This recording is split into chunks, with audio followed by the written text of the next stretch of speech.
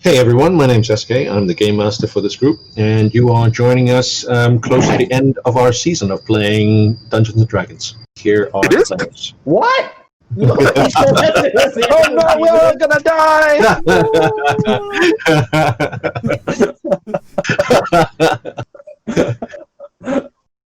I demand a recount. Is what Cal would have said if he was here. Hi, I'm Terence. I play Aranda, and it's been nice knowing you. Hi, I'm Casey. I play Ilian Markov, Hexblade Drow, half Drow, and I only regret that I do not have longer in this session to beat things up. Okay. Hi everyone. I'm Richard here. I play a half orc fighter of the 4th level. Waiting to be the 5th level, but obviously it's going to be a cliffhanger. 5xp, 5xp. Everyone, my name is Tomei. I'm playing El Hidit, a Dwarven cleric, and I like to say it's hard to say goodbye. Okay, everyone, start generating spare characters. Okay. What the heck? Oh no, we're We all all know gonna what die! a season end means, right? We all meet the dragon, and then we have to have some difficult This is call. not we're close to the season, and we're not at Hey, season. how about this? How about this? For the next 2 sessions, we all hide in our rooms.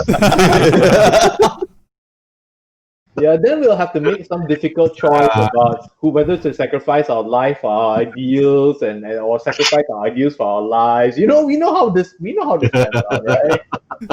And normally, it's always the same ending. We lose both.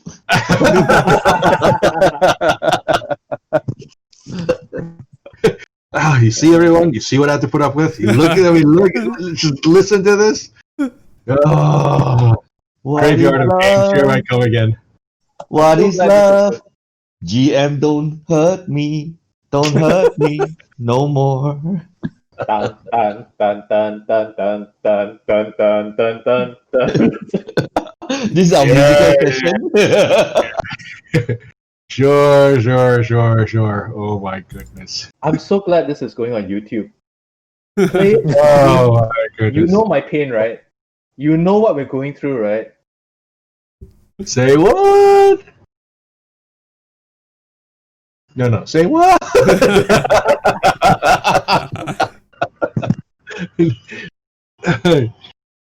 Okay. Let's just the setting. Share. Okay. So you guys are when you last left off. You were in Merval, and this is we jump forward in a little bit of a cut forward scene. 7th day, 7 Kython, it's early evening. It's been 6 days since you guys returned to Merval to great acclaim after rescuing the local farm family, the Holberts. And at the moment, you are actually on your way to a small fishing village of Dorma that sits on the river of the same name. It's a tributary of the greater river, the Wet River. And you've been asked by Varun to go there to check on Farron, who's not been in contact in nearly a week. He was last reported having arrived in Dorma on first day first Kython. That's the same time you came back from the rescue of the Hobarts. And he has then since gone silent. So we took 6 days to travel. We have downtime for 6 days, or is it that we did we like? No, it's been 6 days since your return. So it didn't take you 6 days to get here. It only took you about 2 days, 2.5 days. So we had 3 days of downtime. Can we set up the forge? 3 days. I'm so obsessed with the forge. I don't think so. Okay, anyway. But you can place the order for the forge and arrange for somebody to bring it. AFK for a while. Let's call Amazon Forge. Amazon. Okay. AFK I'm a for 5 minutes. I'm a Prime member. Would they deliver in 3 days? In 2 days? No. All right. Anyway, is on the map. You can see as circled. That was where your new home was given to you by the mayor and by the village. And in the last 3 days, and before you set out anyway, before Varun got worried about not having heard back from Arn, he has asked. This is based on your the last visit you had to the tower, where he actually showed you what he was up to, or a little bit of what he was up to. Over the 3 days before you set off, before he actually sent you off, he has asked to see you again. Okay. We would have gone. Yeah. Okay. Set the setting. Ta-da. Okay.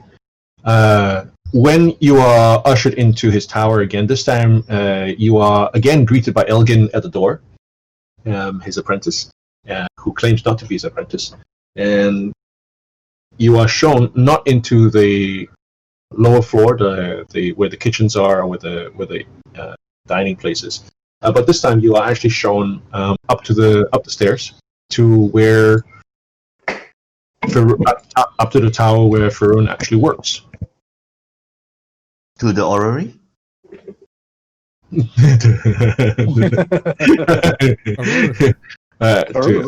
To the honorary wizard. The honorary wizard. Honorary. You're shown up to the second floor, which is his laboratory. Okay. And there, you find him busy bending over some tomes, and you can see almost like a mad science lab going on in the background in that small little space, the tower, that you can see bordering the pentagram. And he looks up when Elgin comes in, bringing. One question I do have to ask you though: when you actually go, right? Do you actually are Uda, Yan, and what's his name? Kema. Kema. Yeah. Are they fully in your confidence? That means you kind of take them with you, and they come up, for example, to the laboratory with you, or do you kind of leave them behind? Leave them outside. Yeah. Okay. They have tasks. It's a bit crowded. Yes, they have things to do. They have things to do. Okay. All right. So you're answering. You go up. It's basically just the four of you. Yes. Yep. Yeah. Okay. All right. Good to clarify that. All right. So when you come up and Elgin shows you up, Varen looks up from his tomes, peering up from what look like a weird set of spectacles, multiple, one of those with multiple lenses that you can shift up and down. You can flick them up and down, or in place. You can click them into place, almost like to give you varying degrees of magnification. So basically, it's the frame that the optician puts on you when they are giving you. Yeah. Which side brighter? Is green brighter or red brighter? So I look around for a red and green shining thing with some random letters of various sizes. Yeah. That's what it means to be a diviner. To see things clearly, right? Yeah. He looks up and with great glee he announces that he has 10/10 vision. Okay, so he looks up and then he smiles as in greeting, and for the first time in these last few days he's actually, since you've rescued the Hopen family, and actually since you actually brought him the silver disc, he's actually been warmer towards you each time you've seen him.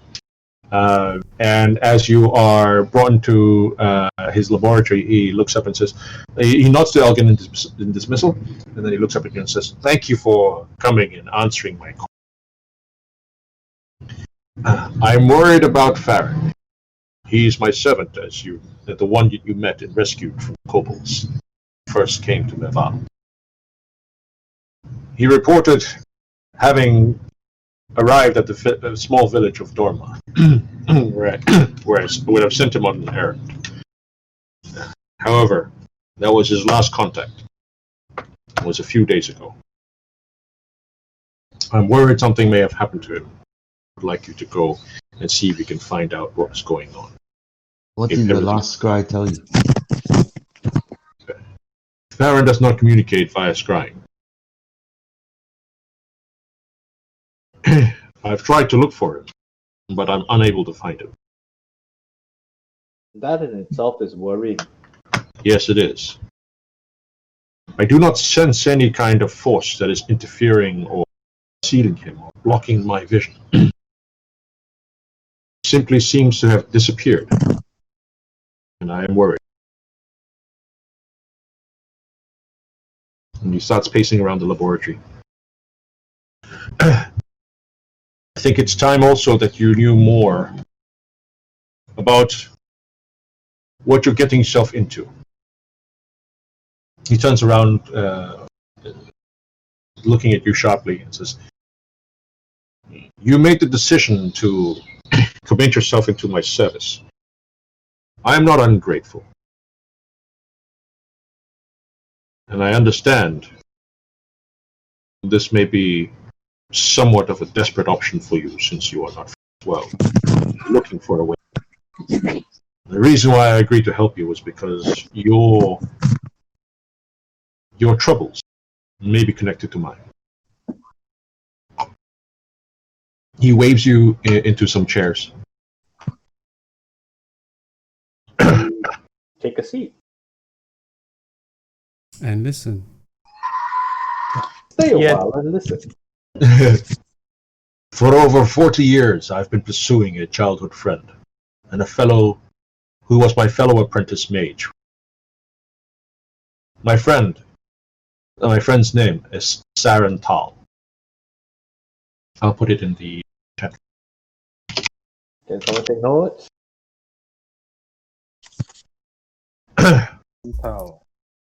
Friend's name is Saren Tal, and he succumbed to the temptations of a dark spirit, murdered our master.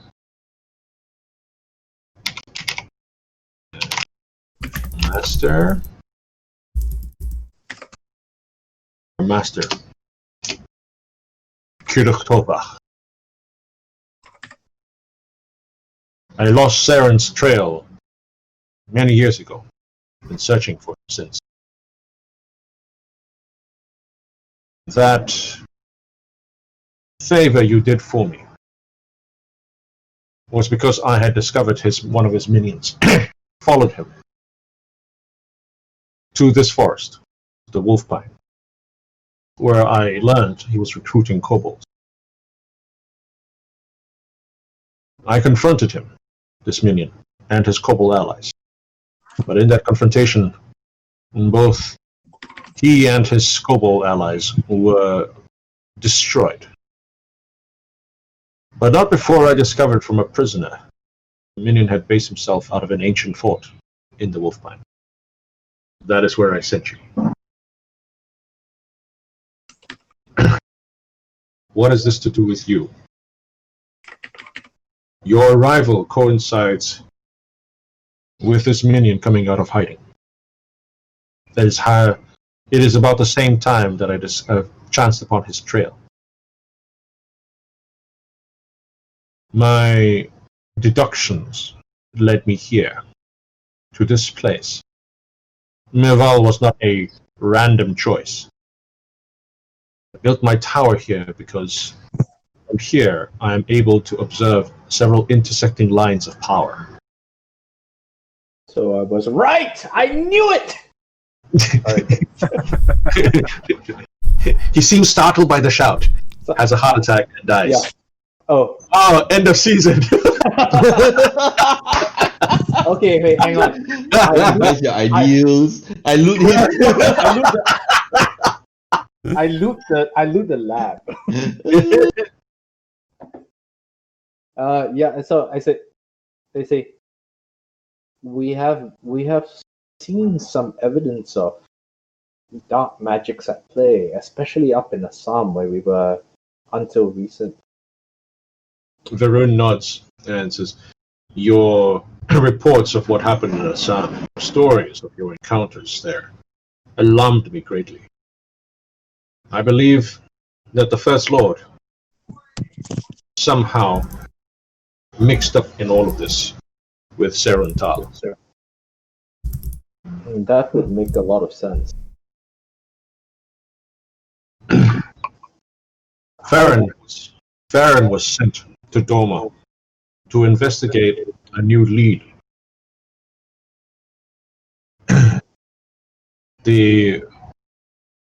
It was been reported to me that the First Lord has been seen in that vicinity.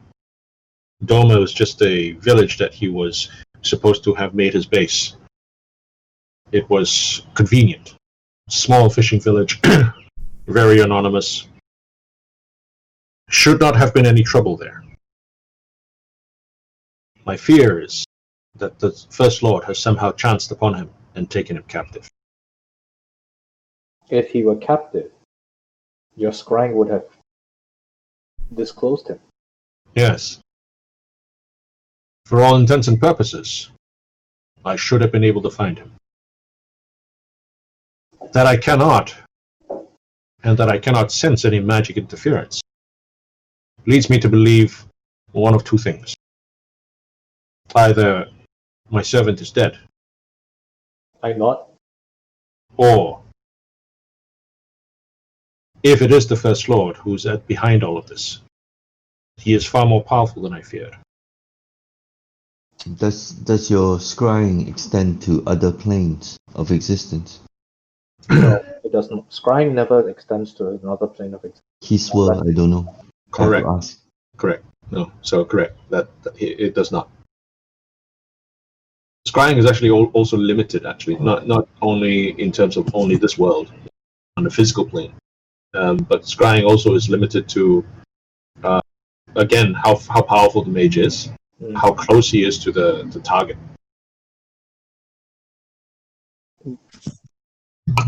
There was. I don't know if we ever told you, but there was something very disturbing about the warehouse in which we found the ghost. There were arcane symbols, but more importantly, there was some kind of magic that didn't block but erased all traces of previous magics that happened in that area. Had it not been for Arendar's paladin senses, we would not even have detected the intent behind it. Varun nods again to encourage you to go on. There was a sense that something extraplanar had. That was correct, right? If I remember correctly, there was something. That is correct so far. There was a sense that something extraplanar had been brought into that warehouse, but all traces of that magic were gone. If I may have some paper, I can show you the symbol, or at least the vestige of the symbol that had been burnt onto the ground. He shuffles over to one of the tables and produces some paper for you. Okay, and I draw that symbol for him, all as accurately as I can with the. This is what's left. This was what's left when we found it. Okay. I do not recognize it. No, that was passive. So. Okay. Your artwork is horrible. He looks at it, and as you draw it out, as you scratch out the symbols that you've seen, you can see his eyes narrow, and his posture changes. You can see him stiffen, and he starts nodding, and he says, "Yes, it makes sense. It makes sense." And he mumbles that to himself as he shuffles over to another part of the table to open up a small little box, and he produces the disc that you actually gave him, the one that's about the size of a palm. Which we never examined yet. Yeah, that's right. And with the two symbols that he had shown you before. Yep. And as he walks back to your drawings, and he places the disc in the drawing, you suddenly realize that the symbols actually match up to what you have drawn so far. Can I, with the completed diagram, can I make an Arcana check to see what the purpose of that was? You can. It probably is Difficult, right? Yeah, it's very difficult, and you probably won't hit it. But go ahead, make a roll. Okay. May I get a guidance before I do this? Yes, you may. Yes, you may.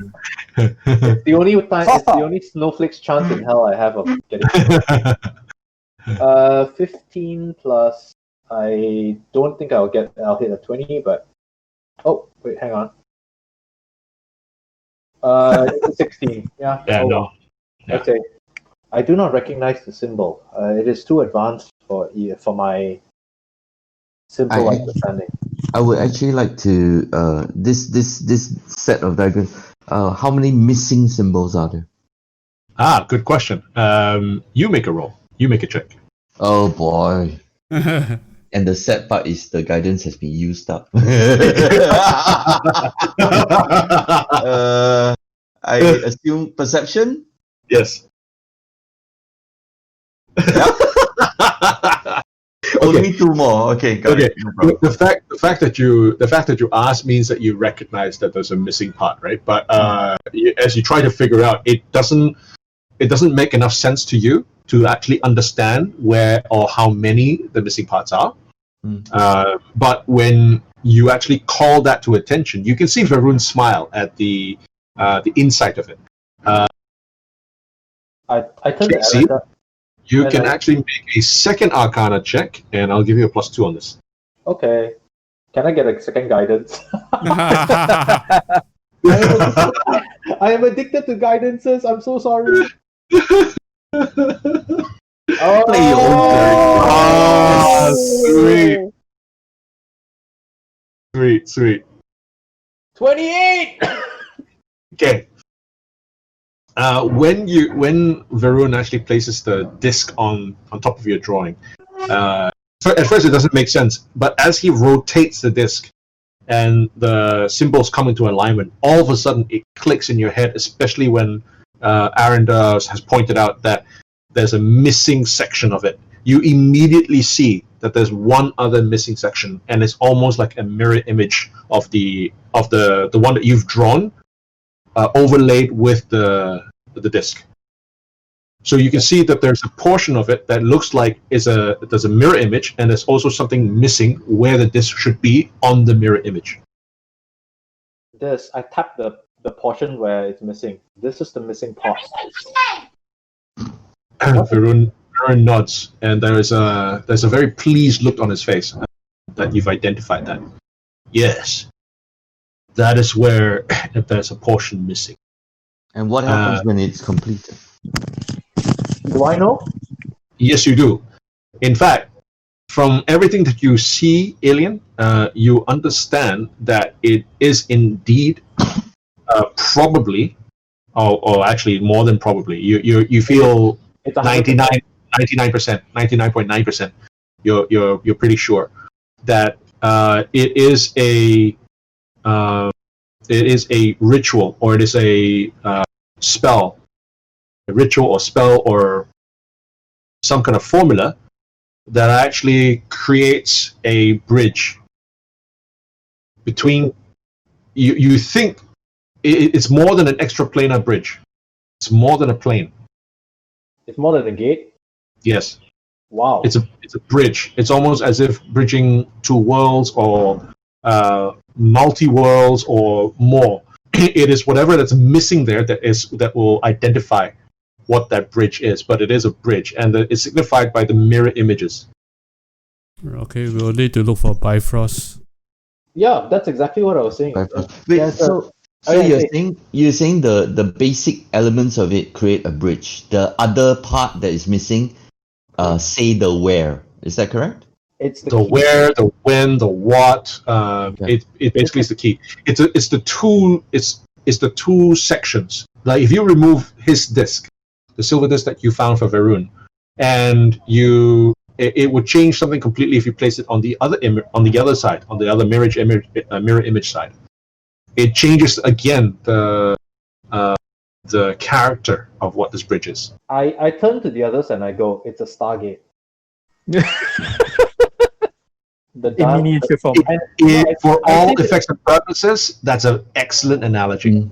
it's a Stargate, and the missing portion are the coordinates that you dial in. Yeah. I apologize. Varun, I'm using a reference from that I think only our immediate group, I glance at my friends, would understand. Actually, you can see him he musing to would himself as understand. he taps his lips as he muses, and he says, Stargate. Yes, that is a very good description of what this would be. Actually, he would understand. He's been studying the planets or the planes. I'm not sure which. Varun nods. Yes, exactly. And these are the coordinates, right? These are the points where you dial in. How many variables are there in these? He smiles again, seemingly pleased with what you're catching on. And as he taps the disc, and slowly with his fingers he rotates it, you can see with each rotation, it changes the nature of this side. You can imagine how many changes it would be on the other side too. I say, I see. This has allowed me to extrapolate only half of using my equipment that I showed you on top floor. My honoriness.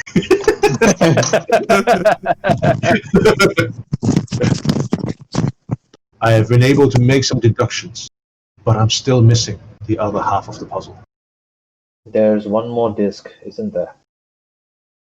Again, he smiles and he nods. Yes. Yes. Catch on fast. Farron was sent to Doma because the information that I have across the network that Farron runs outside of the tower, information suggests that the First Lord of Assam may be looking also for this disc. The second disc. For the second disc, he would have no idea of the one in my possession. So we should not let him know that we have one in his possession. Actually, I would like to do something. I would like to use Divine Sense right now. I'd like to look at the disc through Divine Sense. I also like to look at. Wizard's name is Varun. This was Varun. Varun. Yes. I would also like to look at Varun. So I like to look at the disc as well as Varun. Sure, go ahead. Divine Sense. Okay. No roll required. No roll required. Yep. As you do, you shift your senses to your divine view, and it's like a mist. Mm. Okay. It's the same thing that happened when you first tried to ascend tower. It wasn't when me, you, but yeah, I get it. Yeah. I just wanted to check. Non-detection. I would, if I were to build a tower, I would definitely put that as one of the spells to guard yourself. Mm. And I say, if you have both the disc, Baron, is it possible to get us home? He frowns. There's a slight frown on his face. I am not sure. I've been studying this for many years, and I believe this is what Serental was after. This was something that he had fallen prey to, the temptations of such power. The possibilities of what you could do with this are near endless. Yes. It would. Anyone who controls the multiverse controls access to the multiverse, controls the multiverse. Forgive me Yes. for asking, but how do we know that you won't be tempted? That is a fair question. Yeah, there's a wry smile crosses his face, and he shuffles away from the table to pace a bit, and then he in his stoop posture when he turns around to look at you. A fair question, and I must admit, I have no answer for that.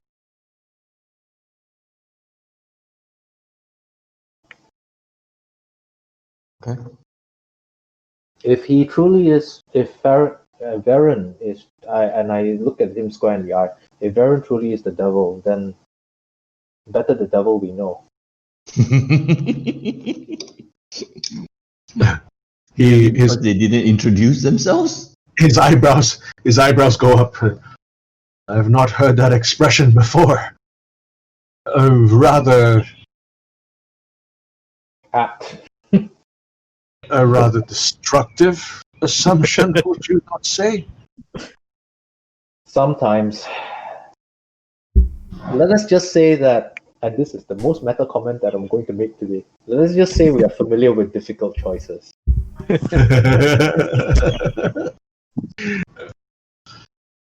I cannot say that I will never be tempted. I can only say that I've sought this in all these 40 years. Sought Serental only to stop him. What did Serental profess to want before he started this journey? In all honesty, I do not know. There is also the disturbing implication that she was trying to frame the orcs. Do you remember that? Yes, but I don't think that actually there is no greater purpose, or at least I cannot see any greater purpose behind that for now. Just as much, I must admit, I have no evidence that the First Lord is behind any of this, or is partnered with Serental. I can only tell you that my information seems to suggest that the First Lord is involved more intricately, more deeply than anyone has a right to be who is not actually after the disc. I nod and I say, we do know that whatever happened in that warehouse happened with, or at least with some knowledge, or is somehow connected to the First Lord as well. Yes, that is true. The evidence so far is entirely circumstantial, but there is enough of it for me to be uncomfortable, for me to believe that the First Lord is involved. I also turned to Aranda and said, did you tell him about the corpses that we found in the sewer? I was about to lead to that, but I actually had something else. Yes, in Assam, we found a number of corpses hidden away in the sewer by the river itself. There were a large number, enough that we weren't able to count them, or at least able to find them all, I believe. Does this plan of his require sacrifice? Varun cocks his head to one side to consider that. Or a creature that feeds on people? The life force of people? Plenty of creatures. They were desiccated, were they not? They were desiccated as if they've been drained of all their Blood. life. He nods slowly. Yes, that is very plausible. Very plausible. The one thing that confuses me, though, this disc, if it was so important, why was it left unguarded when we first found it? The silver one. I don't know. I don't know what was intended with this disc. Perhaps his minion was on his way to meet with Serental. I have not actually discovered where Serental is currently hiding. I fear, deeply, deeply fear, that if the First Lord of Assam is involved, Sarental may have found refuge, aid in Assam itself. So we have to go back to Assam.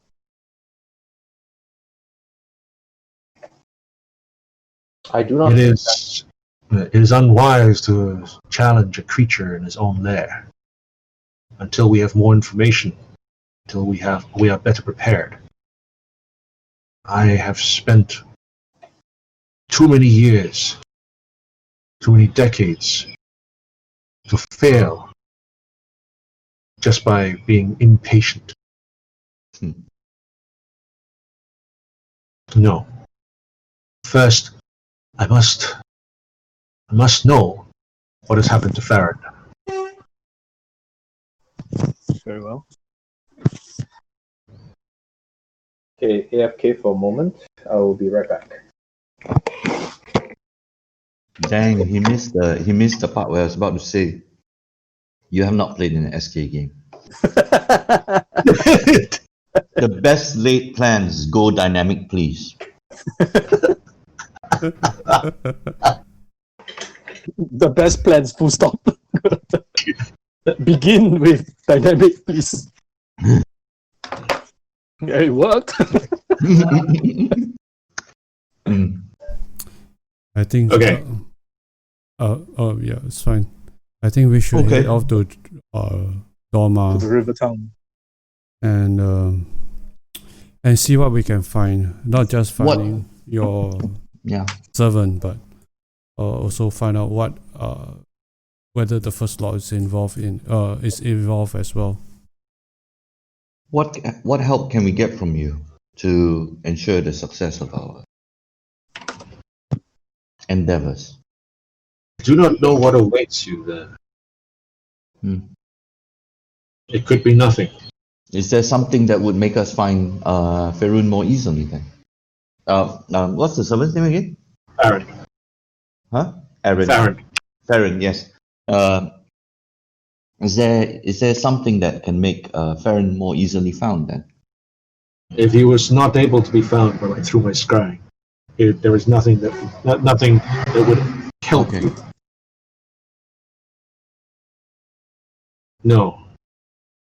What must happen is having eyes on the ground there. Perhaps if you could go to Dorma, ask around, see what you turn up, find out where Farron is or what happened to him. He went in a wagon, yes, and he was. Did he use just his name? Yes, he travels without disguise. Okay. No one else would know that he is a servant of mine.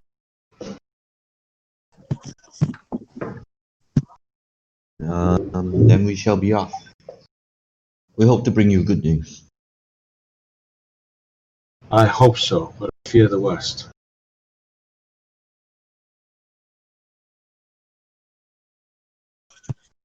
Guys, anything else? If not, Prep. I guess it's off to prep. Let me know how I might be able to aid you. It will be the last time I can do so for some time. I will be making a short journey after you. There are some things I must test.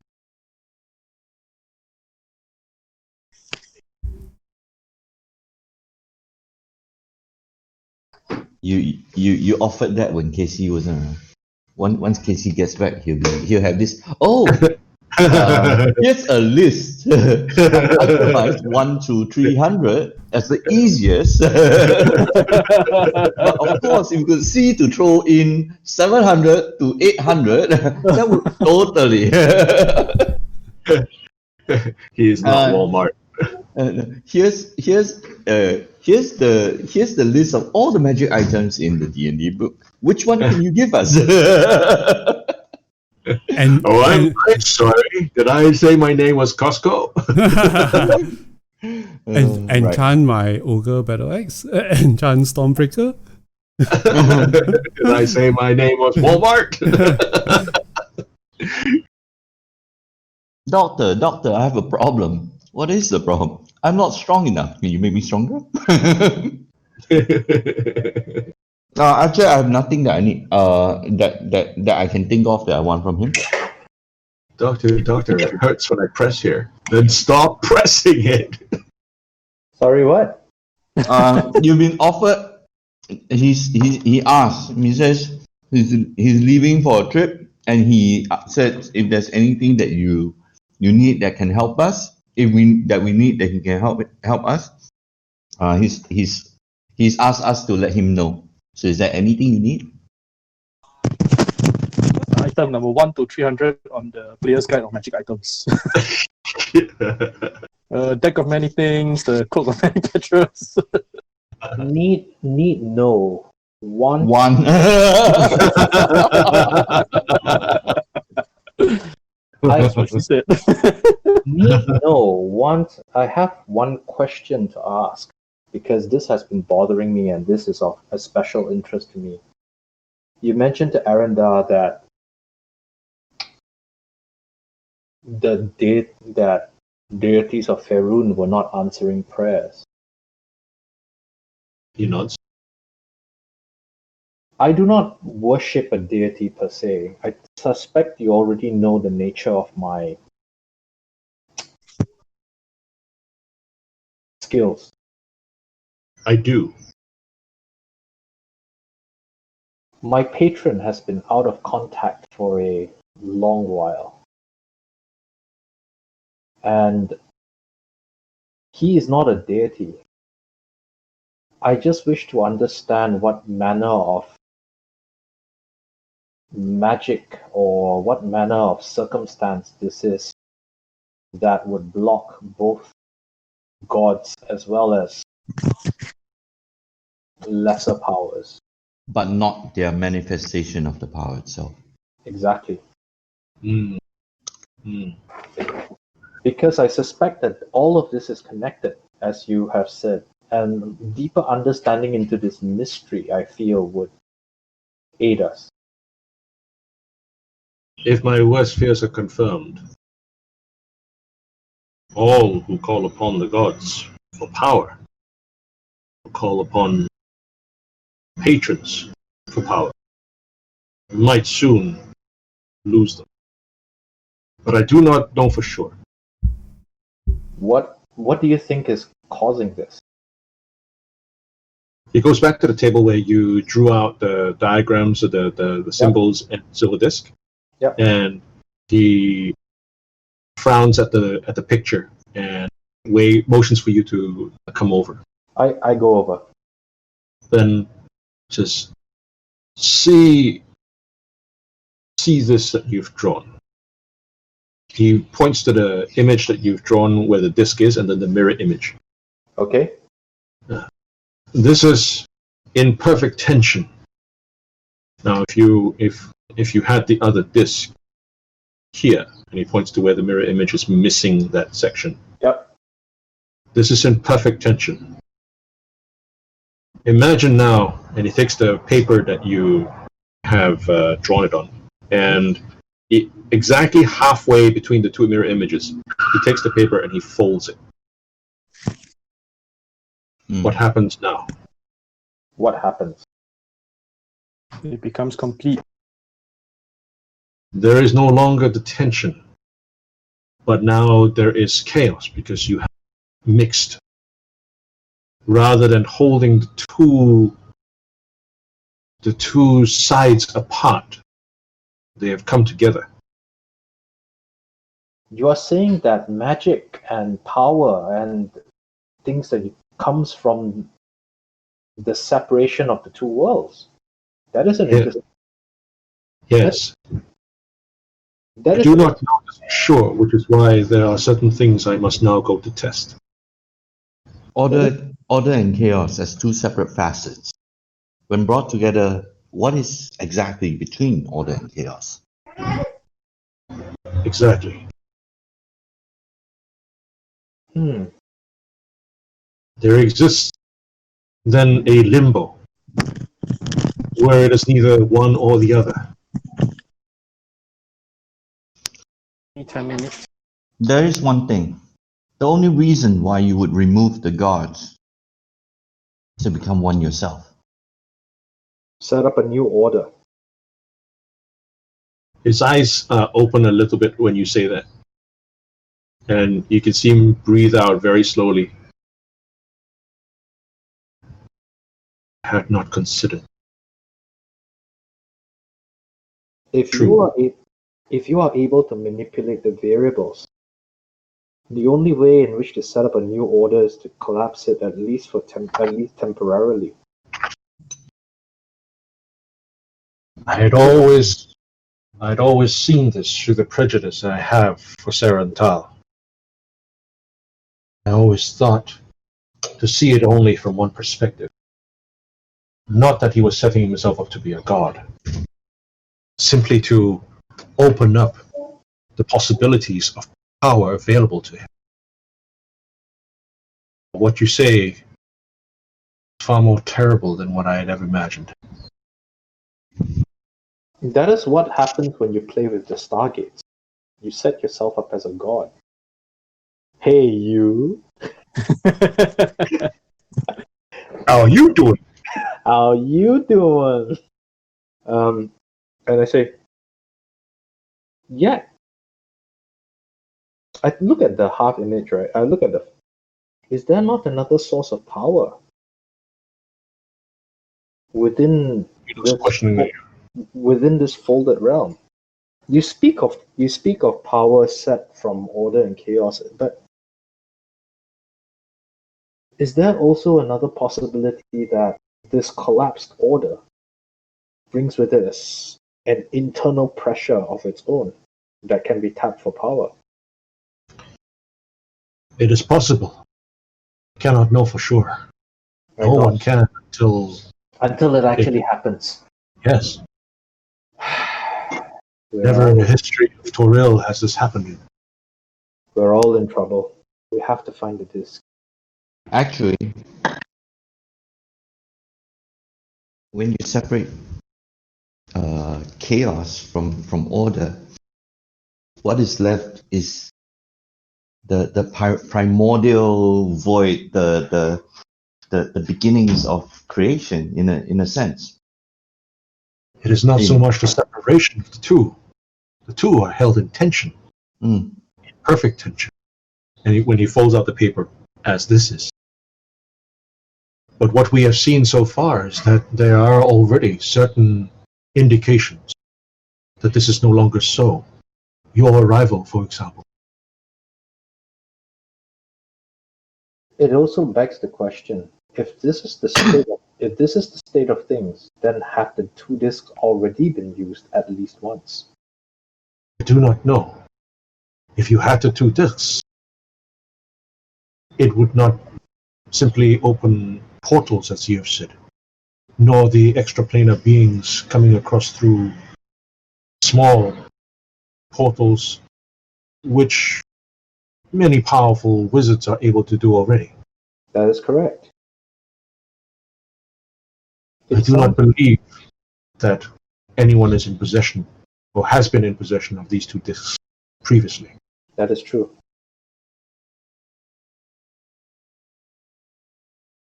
Let us away. This is disturbing in a way that I cannot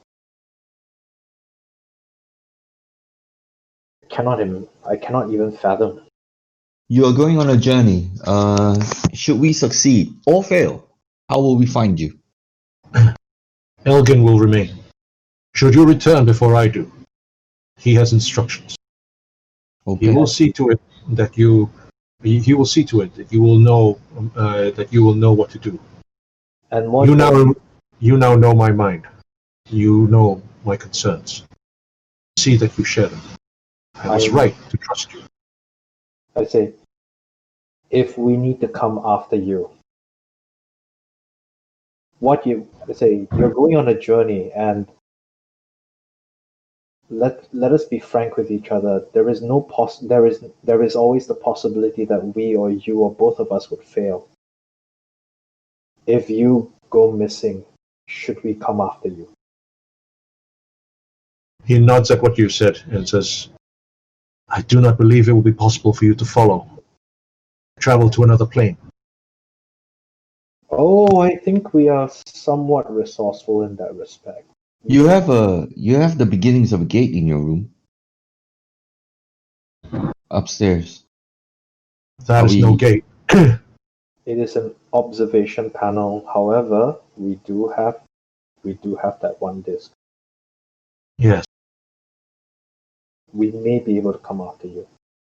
Don't count on how recklessly resourceful we are.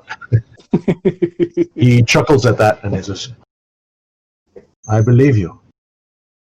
Elgin will have instructions for you should you return before I. All right. At the very top of this tower, where I've shown you the orrery. The orrery. That's how I roll.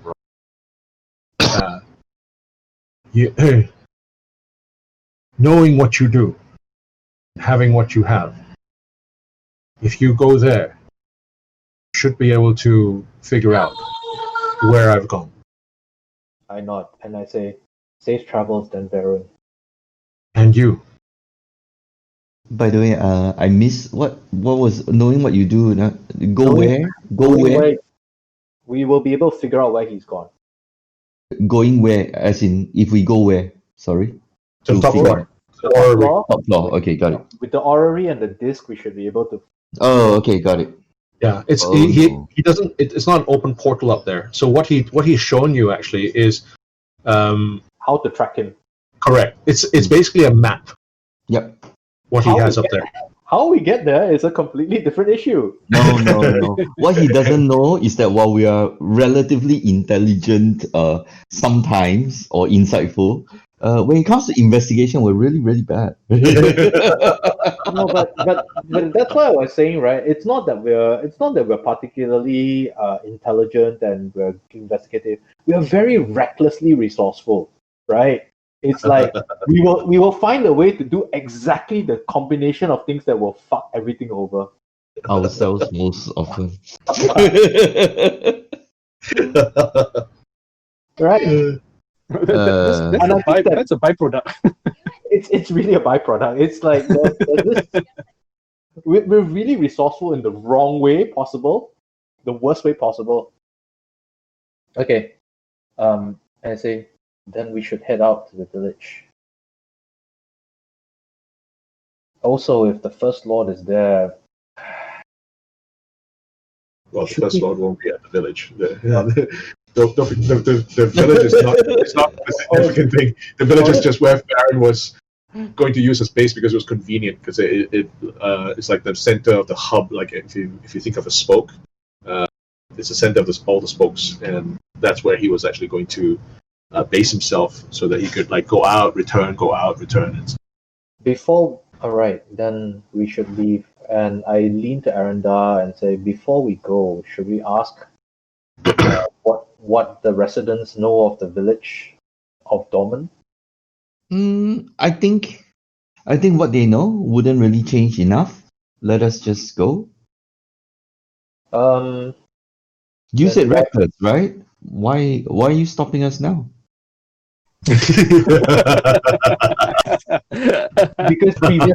Because previously I was not aware that our recklessness could destroy the multiverse. Again, Again, why does that matter to us? Not my multiverse.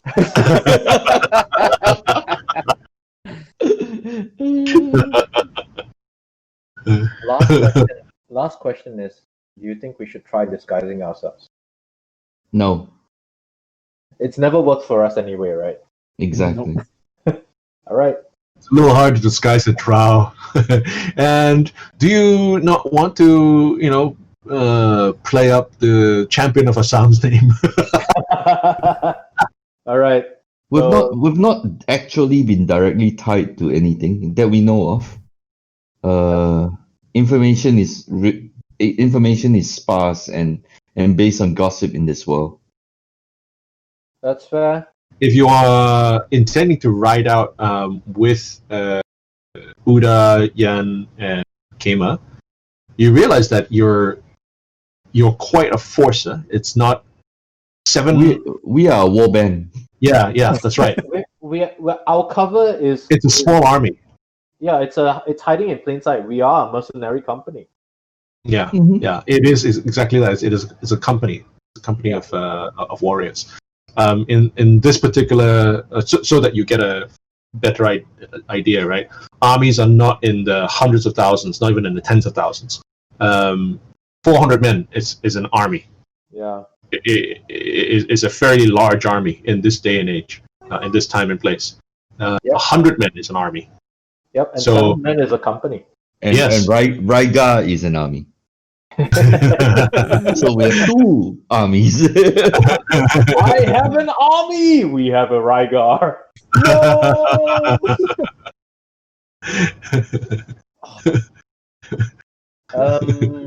No, that's fine. And if we head out in 7, right? We are very conspicuous, but Yes, and that's what I wanted to point out. Yeah. we're conspicuous, but we have a cover reason to be there. Yeah. It's a mercenary company, and you're not. It's first of all, it's intimidating. It's also the fact that it's because you're not. What I'm trying to point out is that you're not like lone travelers. So all this talk about disguising yourself and so on. Even if you disguise yourself as peasants, 7 peasants traveling together is something to note. It's something that will actually draw notice. Most people will travel in 1s and 2s, and the only reason that's the whole point of people joining caravans for protection, so that you are traveling with a group. If you wanted a cover story, is there a trade good that we could bring to the next village? And then we would look like a mercenary company with who has been engaged for trade, especially if it's valuable. Do not worry, just go, and when we get to the village, if there's an anvil or a forge, I'm quite sure you can find a good reason. You, where's your forge?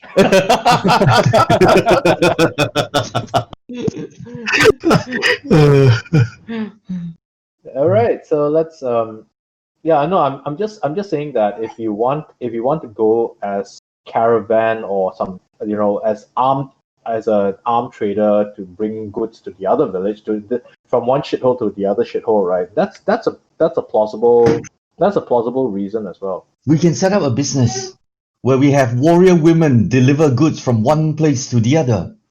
Amazon. Oh, God. grief. Actually, do we want to do that, or do you just like screw it? Let's ride out. Why don't we do this? Why don't we see what the village needs, and then we'll see what we can bring back from. We can initiate trade. That's all.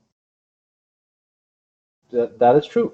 We've been in Merville for a while. What does Merville need apart from a forge and like tons of iron and plate? Merval is more an exporting village. It's a self-sufficient village. In fact, they don't produce so much that they would export that much. The 2 greatest exports, I say that in inverted commas, the 2 greatest exports from Merval are actually timber and furs.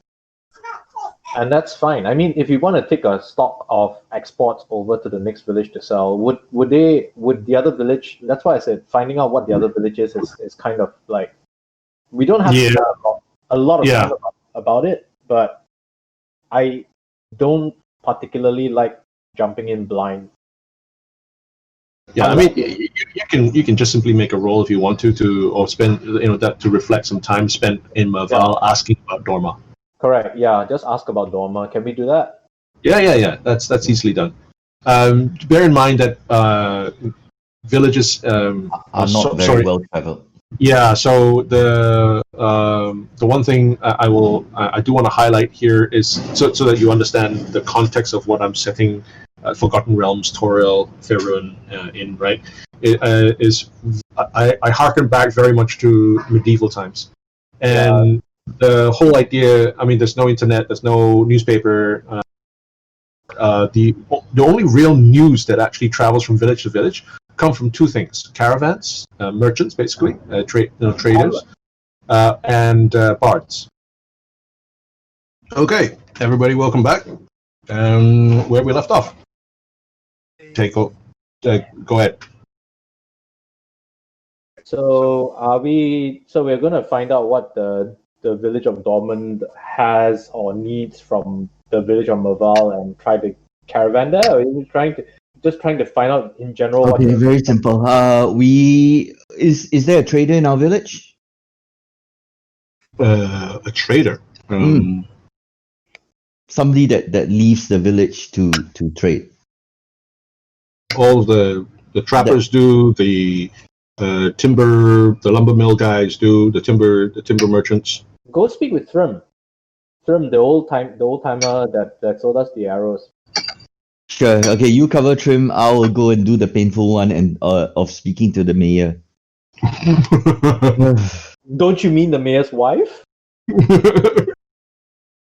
What's the name of the Oh no, the right? village again? Dormond. Dormant. Okay, what's the time of the day today? This is all in flashback, so it can be any time of the day you want. Okay. Sure, okay. Immediately let's go and. So I will speak to the mayor and merely ask, what can you tell me of Dormant?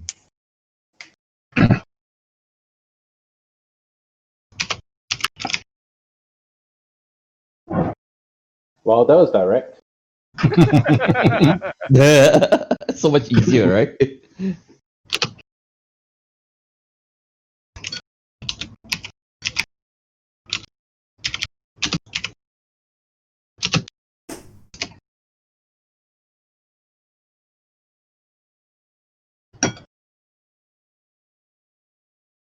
Sorry, that is the question.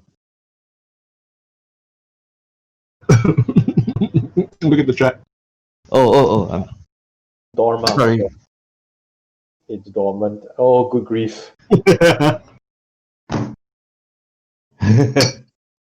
Is that really what he says? No. He doesn't know anything about it. Okay, I'm done. The only thing he can do say is, fishing villages along the coast of this river, they have fallen on hard times. Oh, so Many survive on other things. Very few fishermen remain on the wet river. I see. So maybe bringing trade goods there is probably not a good idea. Services, perhaps? Who would know more? I've not heard of any from our village to have visited this place that you say. I'm not familiar with it. Nor have I heard anyone who's mentioned it in passing.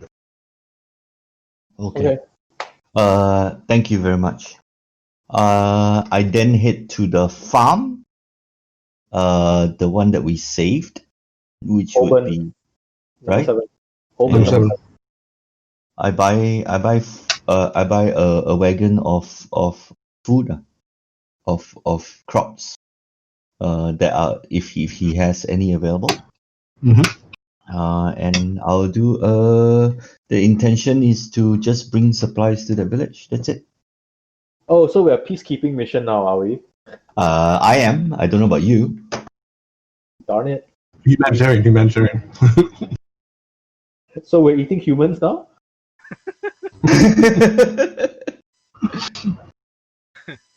Okay, I speak with them and I go up to him and say, we are making a trip to the village of Dorma. Do you know anything about it? Do you know where it is, first of all? He nods. He squints and he nods and yes, Dorma. Haven't been there in a long time. You've been there before? Oh, it's only about 3 days away. So we've just followed the river, right along the river, and we'll be able to reach there. Mm-hmm. What can you tell me about Dorma? Well, I haven't been there myself in over 20 years. No news coming from Dorma at all from this to this village? Seeing as it's only 3 days away, I mean, it sounds to me that there should be some kind of trade going on there. Well, seem to be needing much. Maybe they're trading with others. Maybe they supply directly to another village, or we trade with another village, or maybe trade with Assam down the river. That makes sense. 20 years ago.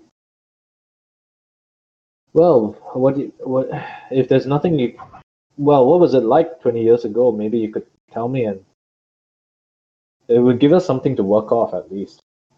Well, even then, more competition was coming up, you know. Wasn't the only fishing village around. Wasn't the only one that's sitting on the wet river. Fishing was going into decline. I seem to remember to have heard, but I'm not very sure.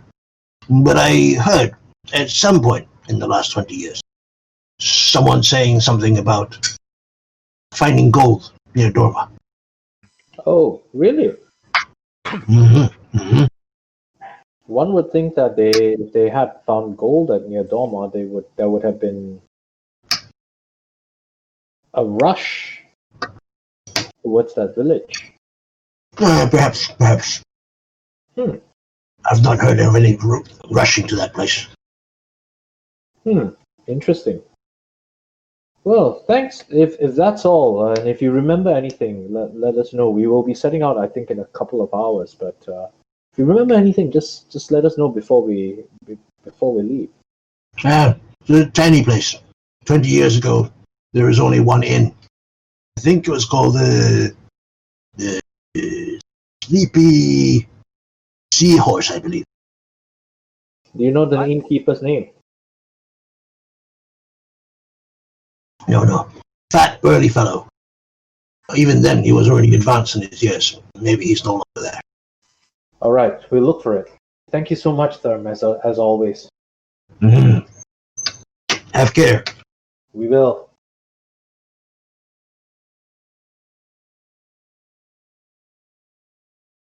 I go back and I tell the guys about the Sleepy Seahorse, a possible gold rush, and CP Seahorse? the Sleepy Seahorse is the name of the inn there. Supposedly. Therm hasn't been back there in 20 years. Supposedly, very few in the town have actually been there. Nobody in the town has been there for a long time. Therm has 20 years ago. I've gotten the men to fix up the wagon and collect some food for the journey. It might come in useful. I understand they've fallen on hard times. As for the idea about a gold rush, many villages and towns, in the past, have fallen, have failed when the gold rush didn't turn out to be true. So there's a possibility of that. I totally understand that. I mean, I don't see how they would keep a secret like that. I don't see how a gold rush would be kept secret. I mean, if it was a successful gold play, right, that should have been the biggest village in the area by now. Yeah. Unsuccessful gold rush, Sleepy Seahorse, possibly go down, and we'll see. We have a little bit of information to go on, and let's look at are the crops for us, or are you deciding to be a paladin again? Well, I am a paladin, aren't I? Well, besides- yeah. Well, yes, but sometimes you could choose to not be a paladin all the time. It's about oaths, so it is about personal choices and personal responsibilities, right? It's up to you, man. But yeah, I Besides, just to be clear, it's not my oath to give unto charity or anything like that. But doing good is doing good. we should try to trade it. I mean, even if the food is there effectively as charity. By the way, how much does it cost for that wagon full? Just for the wagon, the Hobans give it to you for free. The food is given to us for free, is it? The crops. Okay. So how much is the wagon? Are you just boring, or are you going to buy? Borrow it. Borrow lah. Yeah, We'll nothing. come back. If it gets wrecked, we'll come So it back. costs nothing. Okay, cool. Sold. Alright. Cool. Because we saved their damn lives. Okay, let's head along the river. 3 days journey along the river, we'll reach it. Okay. So ends your flashback. Okay. You at Dorma. So back again here. Yes. And of course, once we get the house, we never get a chance to stay in it.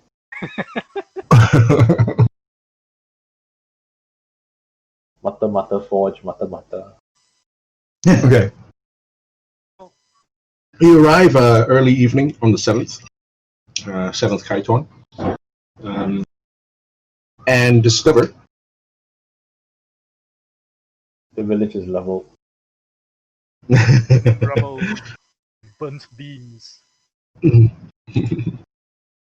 A skyscraper. what? A skyscraper built of gold. Okay. You arrive in Dorma, and you discover there is a tiny fishing community. It really is a small little village. There's some other huts that extend out into the woods area, but the fishing village itself, the heart of the village, is this, as you see it. There are maybe just over 200 humans in Dorma, and 2 halflings who run the only inn in town, the Sleepy Seahorse. Okay. We find the Sleepy Seahorse and get accommodations there, I suppose. Okay.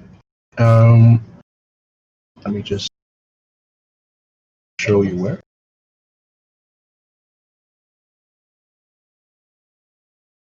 So that's the Sleepy Seahorse. 35 feet, just enough for a fireball. No. Ignore the measurements stated there. It's just a circle. I know. I just. Okay, so it's 2 half. Nah. 80 feet. That's enough for lightning bolt. Is that? Okay. So I'm heading towards the You ride there in the evening, and when you enter the Sleepy Seahorse, you can see even in the docks are run down, very old. It sits on the. You can almost see as if the water's actually crept up to eroded the land away and has crept up to the village. You can see beyond where the docks are. Other places, other sides to the east of this, for example, you can see other huts that may not have been at water's edge, but where the water is now encroached upon the front of the frontage of the village itself. So it looks like water levels here have risen a little bit, and everything's been run down and not really looked after. The huts themselves are in poor condition, and it does look like a fishing village that is very much on its last legs. Going into the Sleepy Seahorse, it's a small inn. It's a tiny inn. But you are greeted by 2 cheerful halflings, look like a husband and wife team, and when you go in, it's quiet. There's a quiet hubbub of conversation. It's not noisy as if you would expect from normal taverns. The people who, when you enter, about half of the people inside, and there are only about 20-odd people inside, about half the people inside stop talking, stop eating, and they look up at you, and as you enter, and they follow you all the way to being seated. The other half give you a quick glance, continue talking, and continue eating, continue doing whatever they're doing.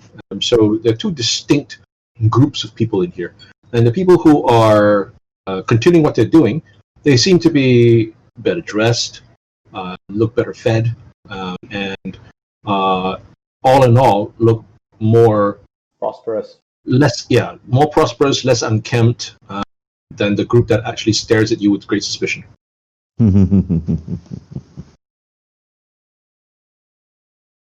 I understand the play. Okay. Yeah. I don't get it, but okay. Lead on then.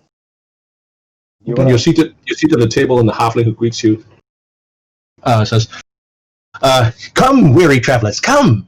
You've come to the best inn in all of Dorma." Which is technically not Of a lie. course. Of course.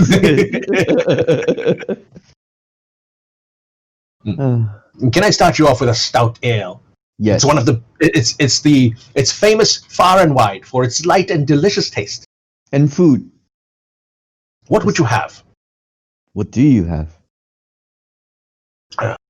A fine assortment: rabbits, boar, some chickens. A fish soup or some form. Fish of some form, then. Well, of course. We have a very good selection of fish too. Coming right up. You did Other people continue to eye you. So the male halfling goes off. The female halfling comes forward and says, and steps at the table. She's resting a tray on her hip, and she's got a towel over her shoulder. As she stops by, she leans elbow on the table and she looks at you, smiling, and says, "Welcome, strangers, and welcome to the Sleepy Seahorse. Will you be staying the night? Do you need rooms?" Yes. She looks at all of you. All 7 of you? And would you mind sharing one? Sharing will be fine. And she beams with satisfaction. Have you come a long way? Merely 3 days south, right? You are Mirval is southeast of here. Merely 3 days south of here, via the river.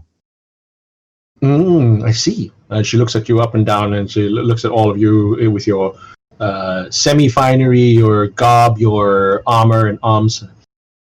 And she says, "I figured you for Assamites." No, we're not. If you have time, could you share with us a little bit about Dorma itself? Of course. What you see is what you get. It's a small fishing village, although fishing has not been very successful in recent years. Actually, no. What I'll do is I will roll a passive perception. Oh wow! Okay. All of you notice. Jan, Uda, Kema, they all exchange glances with you. As she says that, where this fishing has been out of sorts for a little while now, you can see several of the unkempt people sort of turn to glare and stare daggers at her. And some of them just frown. A few look like they're about to start out of their places, but they're restrained by others who are sitting at their tables. So, pardon the newcomer for asking. What is this village produce? She says, "I'd like to know that myself." And she raises her voice so that not just all in the vicinity can hear, but actually the entire small inn, the whole tavern area. I put my hand over. I do the greeting to the deity with my hand over my face and go, "Oh." Yeah. She raises her voice and she says, "You would think there are people here would be not so lazy and get off their butts to do something more about the situation rather than blame everybody else." And you can see So why has fishing been in decline? And what is the situation you speak of? About 12, 13 years ago, we had a bit of a gold rush, Yes. and everybody thought it was quick money. And of course, everybody started abandoning what their age-old professions were. And you can see more people glaring. And of course, went to mine and went to seek this elusive gold. And she leans forward, she lowers her voice, and of course, you can tell how that story ended. It didn't work out, I assume. Well, if it did, do you think this village would be in such a sorry state? I gesture to the better dressed group, and it's still continuing then. Oh, some of these are travelers. They've on their en route to other places. This is the only inn for all along Doma. That is She a wink- lot of. She that winks is at a you. lot. That is And a she lot said, of travelers.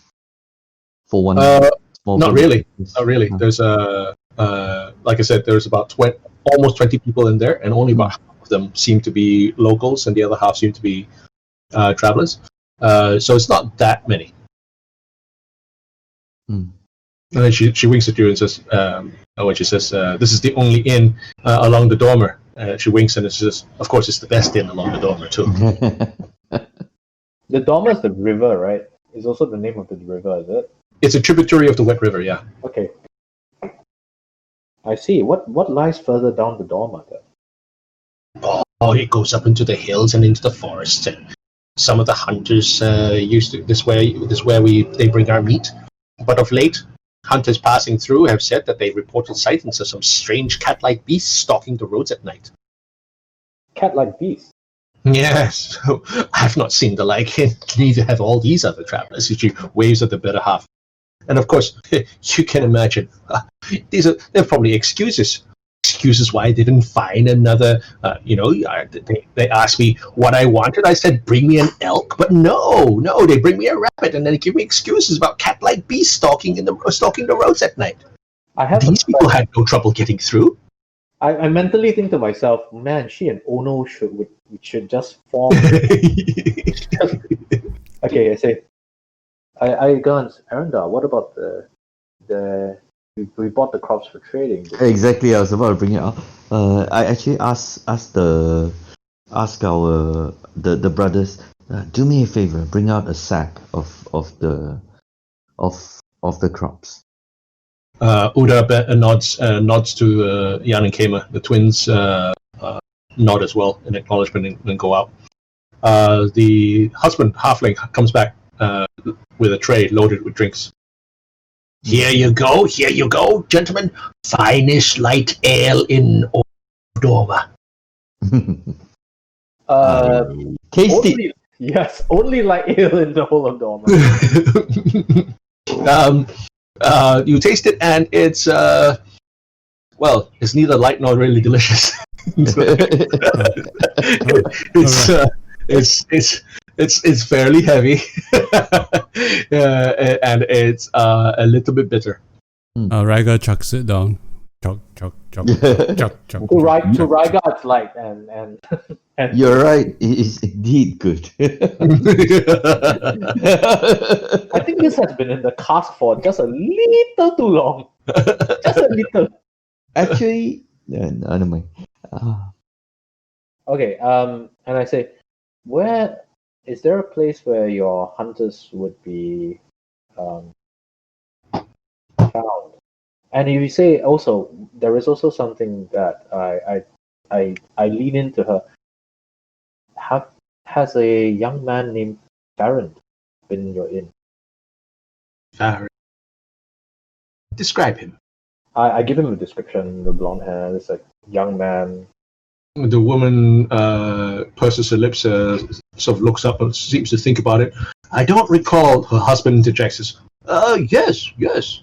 A young man of that description, fitting that description, was here. He stayed at our inn. He asked to stay for a week, but he left and he hasn't returned. When did he leave? Oh, almost a week ago. 6-7 days. Do you know where he's gone? Did he say where he went? No, he gave no indication of where he was going. He packed up and he left. And we are not ones to pry, so we did not ask him his business. Did he leave anything behind? No, he paid and left. Took all his belongings, freed up the room, and we've rented it out since. I see. Oh. Okay. Was there anybody he spoke to? Oh, I think there was. I'm not partial to it myself, but I heard from one of the locals that he went to speak to some druid. There's a funny old man who lives just under a cliff west of Doma. Thank you. Do you know what? Do you know this funny old man? The kids west of Dorma. Do you know how we can get there?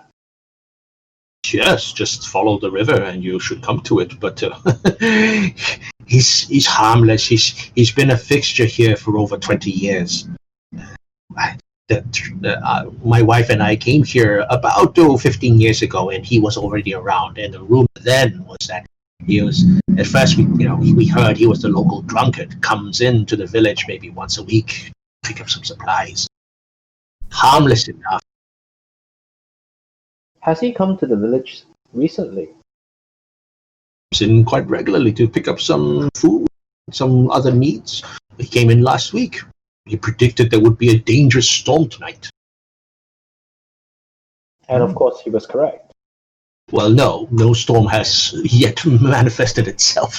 Most of the time, he earns a coin or two making these kind of predictions for people who are a little bit fallible. I see. A little bit too gullible. You always get some of them who come in through the inn.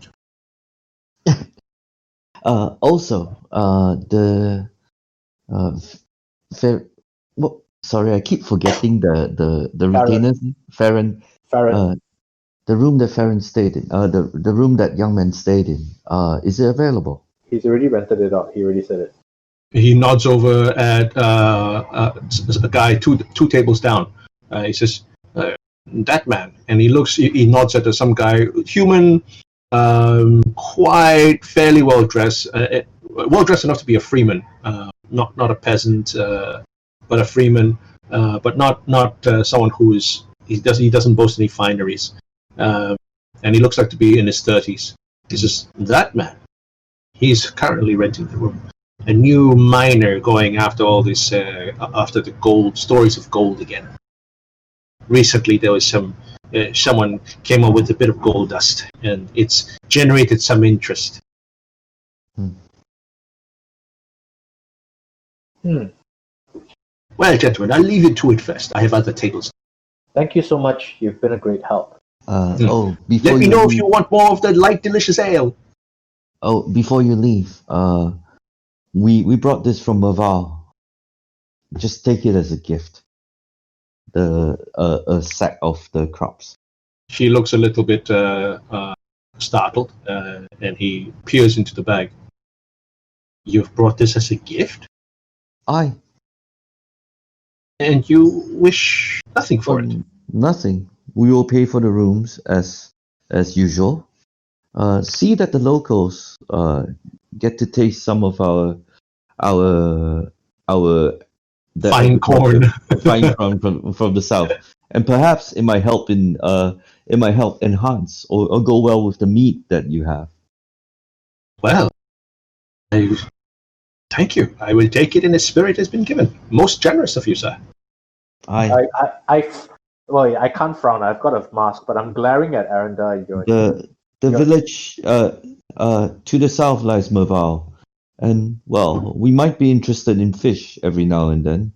It doesn't keep well, so there will be that consideration. But well, dried fish perhaps might sell well there. Okay, no, that's a fail. He nods vigorously and takes the bag and says, "I accept. I will speak to some of our." And he looks around at some of the other local tables, and he says, "I will speak to some of our Lazy fishermen. That's what I was thinking. Give them something to do. No, there's something else that's affecting the fisherman. It shoulders a bag, and as he walks off, he shouts to his wife, "Darling, bring our friends here on this table another round." The fishermen themselves, aside from looking poorly dressed, can like the shoes, mud, are they wet, or that kind of thing. I'm looking for how they are kept. I'm looking for, what's the word, signs that tell me whether they've been fishing or what they've been doing. You can't tell. They do have mud, but then there's so much water around the village that a lot of the land it's not flooded, but it's Marshy. It's marshy, yeah. So that would not surprise you to see that their boots are very muddy. Their clothes are disheveled. They're not poor. I mean, they're not in tatters, but you do see obvious signs of patching up. They're hardy. Both the clothes and the men themselves are hardy and very dour looking. You can't tell beyond that. There's this smell that you get when you work in your clothes in water, as opposed to taking off your clothes, taking off your top, for example, and getting in the water. That dried water smell. Are you trying to smell that? It would normally fill the room if there's that many of them here. So Well, a little bit difficult in a small tap room full of smoke and cooking. SK, as we were coming in, right? Do we see like fisherman nets? hung out to dry. Hung out to dry, or yeah, stuff like that. You did, but you did not see many. Okay. If we have a next round of drinks, right? I could always try speaking to the fishermen, get some of the drinks and at least distribute it round to the next table. Yes, and in fact, we can give crops to them as well. But it could be an issue of pride. And buying a man a drink is something, but giving handouts, as I've said before, let's test our tail into let's dip our toe into the water before we fall in face first, shall we? I consider it samples for trade, but yeah, sure. So when the next round of drinks come, is there a table next to us with the guys that look really dour? Yep. Okay, I take enough drinks for that table and one for myself, and I take it up, put it up, and I say, do you mind if I bought you a drink? And the group of three men that you approached when you go over to the table with the 3 drinks and one for yourself, and you ask that, the first one, a rather burly-looking man with weather-beaten face, looks up at you with obvious hostility. There's a sense that the frown that he turns upon you is one that is of someone who you feel could attack you at any second, in fact. Okay. And I just say, don't want any trouble. I do not believe that fishermen. I do not believe that any man would be lazy with their own livelihoods. I just he takes the preferred tankard, and then with great deliberateness, he upends the tankard on the floor. The halfling, seeing that, rushes over, takes the tankard snatches the tankard out of the man's hands. The halfling standing comes up to just barely over the shoulders of this man sitting down. But the halfling seems to be unafraid of this guy, despite the expression on Van's face, and snatches a tankard out of the hand and arms akimbo. The male halfling sort of butts his head right up to the guy's face, and you hear him say, "Now listen here," says Nick. "I don't want any trouble from you. This man offered you a drink in peace, and if you can't be nice, keep to yourself. I'll not have any trouble from you, or," and he looks around, "or any of the likes of you, or you will not be welcome in my inn." He walks off, stalks off. The three men at the table and the guy that the halfling addresses Sesnick gives you one last baleful glare, turns back into the huddle of the three men as they continue talking to one another in low hushed tones. Okay, I nod towards them. I put the drinks back on the table and I say, "We learned something already." The female halfling comes in a little while later with another round of drinks and sets it on the table, leans in towards you guys and says, "Don't mind," says Nick. "He and the others have been like that for many years. They're always blaming other people for their own misfortunes. Here, have another on the house. Don't. Those idiots don't deserve any of our good ale." I would like to hear their story though, as to what it is they believe is the cause. Well, to hear them tell, they'll blame anything. They'll blame the weather. They blame the gods. They blame the water. They blame the winds. They blame anything that they can think of on that particular day if the catch is not good. Many of our family, this used to be a thriving fishing village when we first came, and now, look at it. You can see for yourselves. There are 3, 4 boats active. All the rest, you can see, pulled up along the huts, not in the water at all, not having been looked after. Holes in the nets not mended, nets not taken care of. I tell you, it's just a sign of the times. If they are not willing to do anything about it, you'll just sink it further and further into your rut. But will these people listen? Of course not. Has the fishing been over? You've been here for the last 15 years. The catches, they've not been as good as it used to be. Is that correct? Well, if you ask me, I think it's just the original gold mine when they first found gold here. Many of these fishermen abandoned their boats and their nets, abandoned what was seemingly a much harder life. And if you could get wealth out of it, why not? So much better than going outside. And instead of facing competition from the other fishing villages, they all bet on this gold mine, thinking that they had a surefire thing. Where was the gold mine located, if you don't mind me asking? Was it somewhere along the river? Yes, to the west of here, near that old man, the old hermit lives. And the fishing, ever since that gold mine was open, it deteriorated. Well, again, if you ask me, my humble opinion, it drew away many of the fisherfolk. And when the mines didn't actually pan out or didn't have the wealth that these people were looking for, coming back to try their hand at fishing, they had lost out to the other fishing villages already. There are other fishing villages around this area, is there not? Yeah, plenty. Many of them.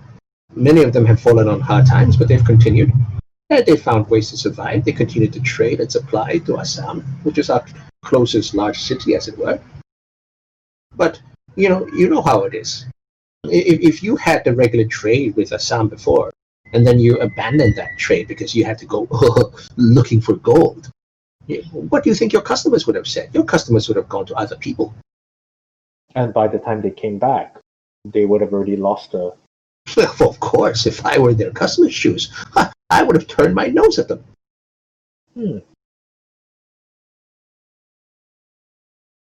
And the ones that remain?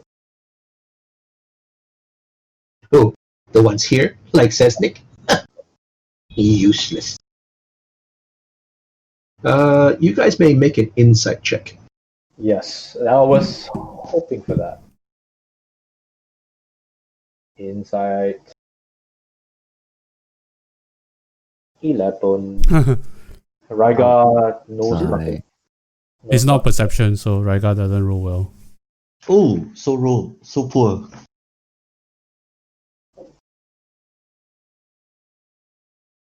You, as the halfling woman continues to speak, you can sense the tension in some of the tables around you. She seems to be oblivious to it, or maybe not oblivious, but simply is so used to it that she continues to speak as if she's not offending anybody. I glanced up at the halfling lady, and I glanced at the other tables, and lady, I do not believe that any person would willingly starve just to carry on their way of life. I do believe that every man has a right to try and better themselves. She scoffs very loudly and very obviously. And she says, you can tell it to these people. It's not like I sit there lazy and not trying, but they're trying the same things over and over again, which doesn't make sense. No one wants to deal with them. So they should be trying something new. Maybe getting off their butts and trying to do something more. But no, they still want to just blame everybody else. It is what it is. If you think that every man is like this, then you don't know Dorma. With that, she picks up the tray, goes off in a flounce, and you can see some of the other tables again glare at you, but return back to their own meals and in their own hushed conversations.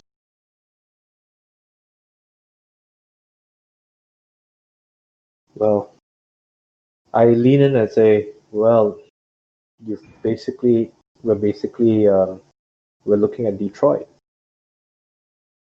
Actually, when the factory's closed." gather the information, but there's no point in putting our personal opinions into the space. No, I get it. We're here for a reason, and I'm not. I look like a bit distracted for a while. I can't solve a recession. This is It's not your job, Warren Buffett. No, but- It's not your job, Warren Buffett. it's true. It is true that I can't solve what is effectively a local recession. No one's asking you to. I get it. That's why I'm saying. That's why I pointedly point.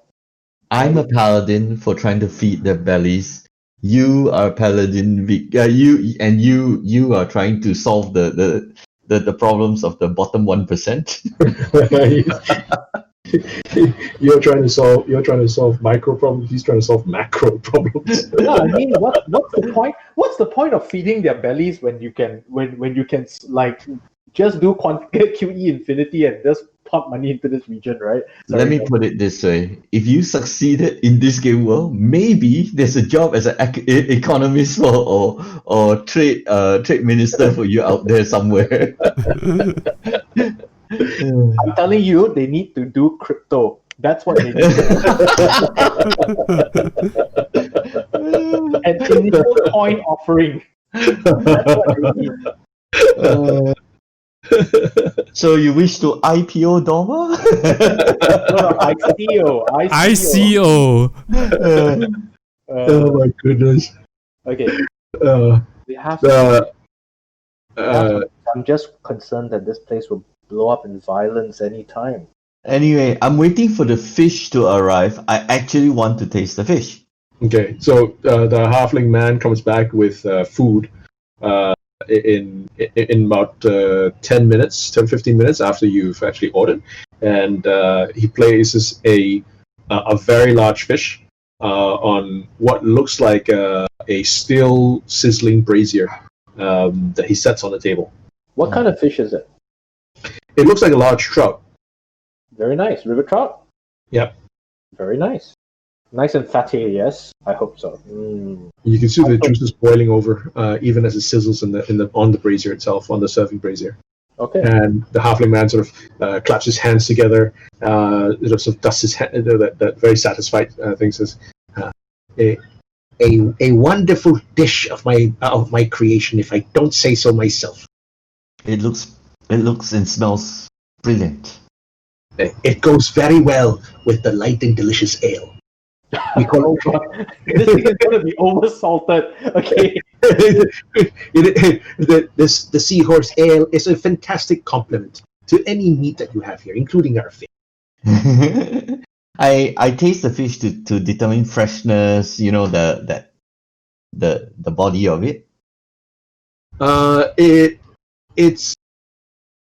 It's certainly fresh. But it's not locally caught. No. But you feel that it could use more seasoning.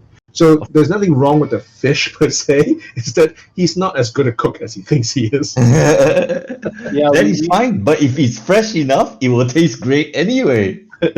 I'm also looking for whether I'm not sure like there are certain like whether there are metallic flavors in the fish or anything like that. Oh, no. Well, you can make a perception check. That's a good question. You can make a perception check.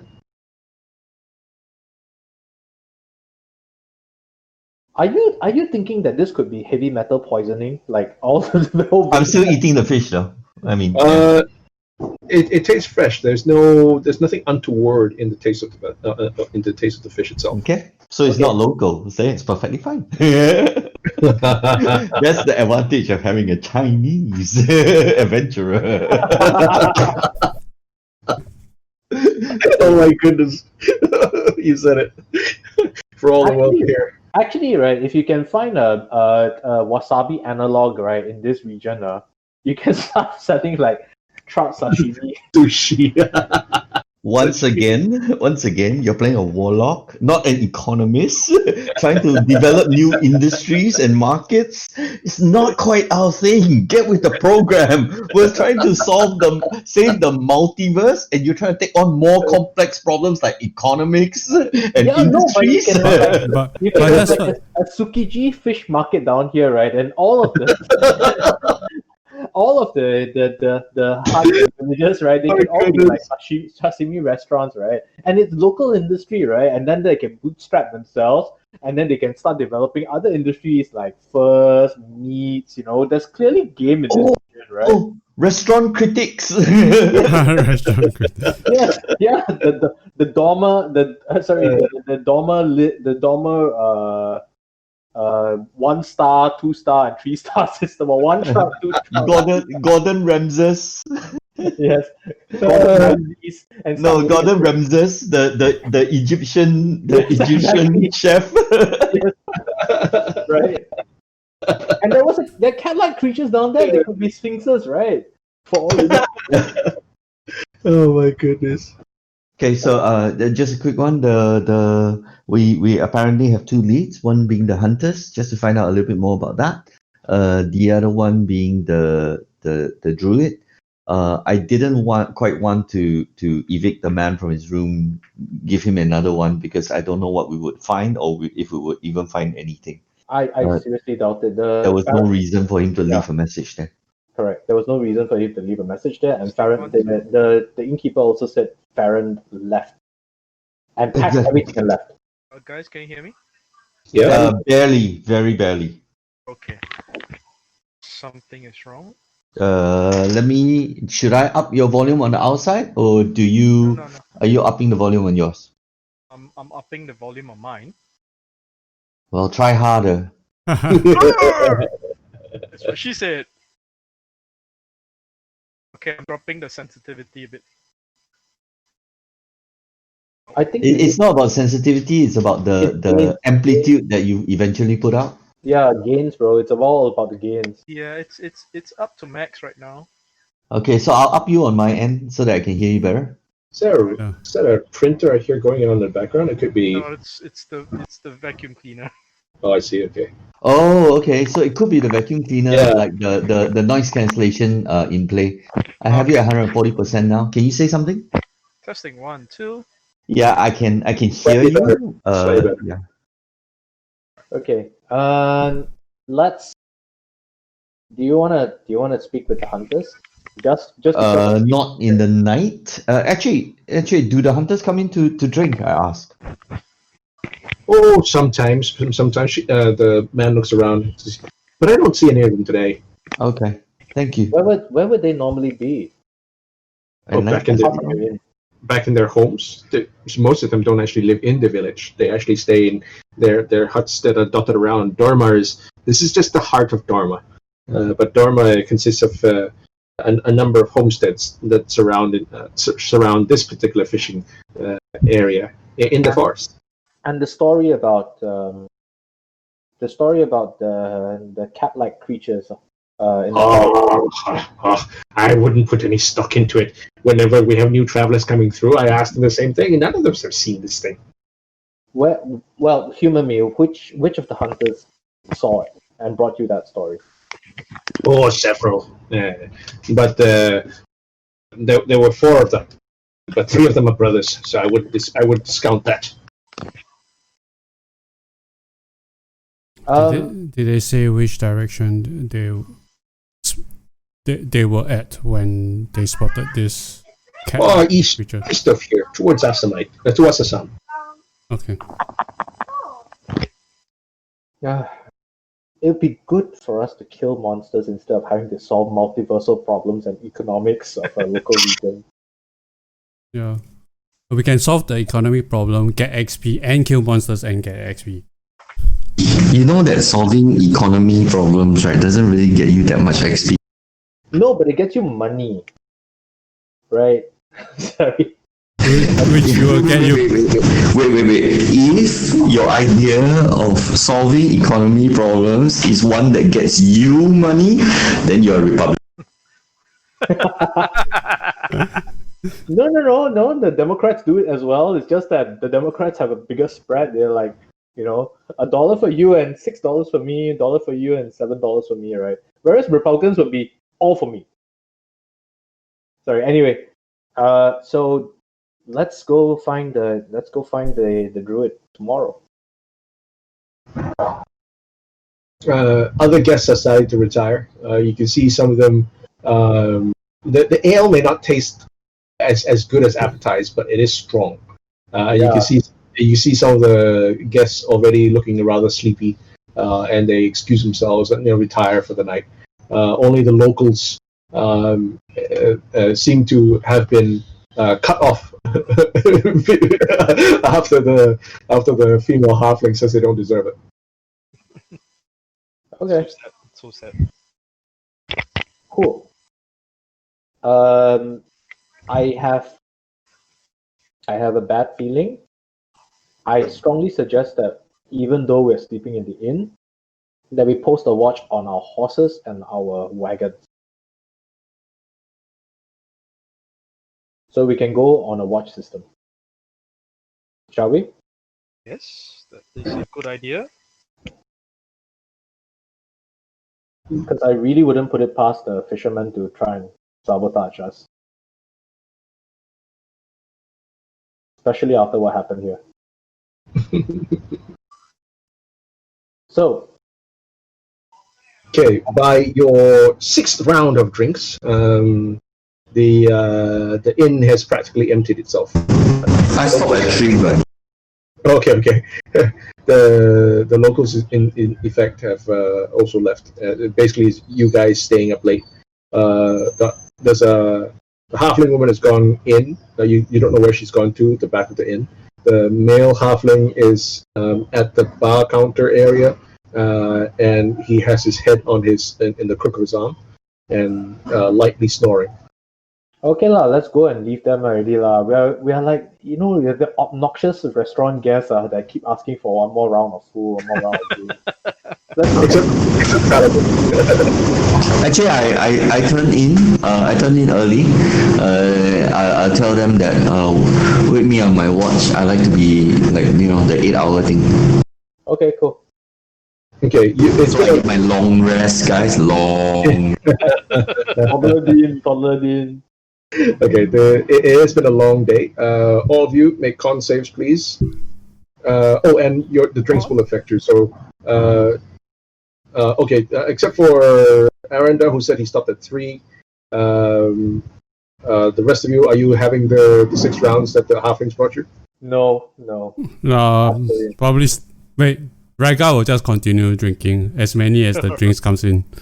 No, Raiga piles everything else, is it? Okay, I'm stopping at 2 because 2 is already more than what I normally drink, and yet I still suck. Yeah, you pass out into a very, very fitful sleep, aided by strong drink and the weariness of your muscles. Do I have a penalty for my con save? The modifier for each drink that you go just goes on the DC, that's all. So just roll for it. Oh, okay. So how many are you having? Like 12, is it? No, 6. 6. Okay. Alhidid, the dwarf, also just collapses in bed. There's a sense of peace, actually, as you pass out, like this world weariness in your bones just melting away. Although the ale has not been, like I said, not as good as advertised, it is strong, and it is actually helpful in sort of making you sleep. Okay, Aranda goes out as well. Alien, Holiday, Striker. Okay. The boys. The boys are taking their full 6, right? I know it. Oh. No. Oh, okay. Wow, the two brothers. Just dumping one tankard after another, toasting each other as you go, and then all of you are actually struggling to help each other stagger back towards your room, and then you all fall into your beds. The room is quite small, and the beds are essentially lined up against one wall, so it's 8 beds in that room. Small, narrow room, long, narrow room, and you're basically sleeping next to each other. Aranda, unless you're also tired, you basically fall asleep in your armor. No, I take it off. I doff. You doff. Okay. The two legs just like slump in their chain and leather and partial trick. Uda is like big yawn, and then he just drops into his bed too. Raiga takes off his armor before he goes to sleep, and he probably takes the first watch. You pass out. I pass out? Oh. Yeah, I took 6. Okay. I thought 20 will make it, but oh well. No, if you took all your drinks, then no, it doesn't. Okay. Nobody made it, right? Nobody made it. Yeah. I made it. No, you didn't. Even with a 20? Jeez. Yeah. Even the Tudak brothers, pouring one after another, they didn't make it either. Oh my god. Okay lah, lan. Mark off the mountains at the top. Lock the room though.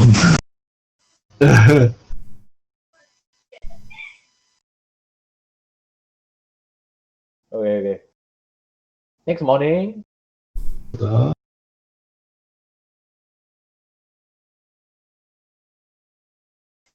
Okay.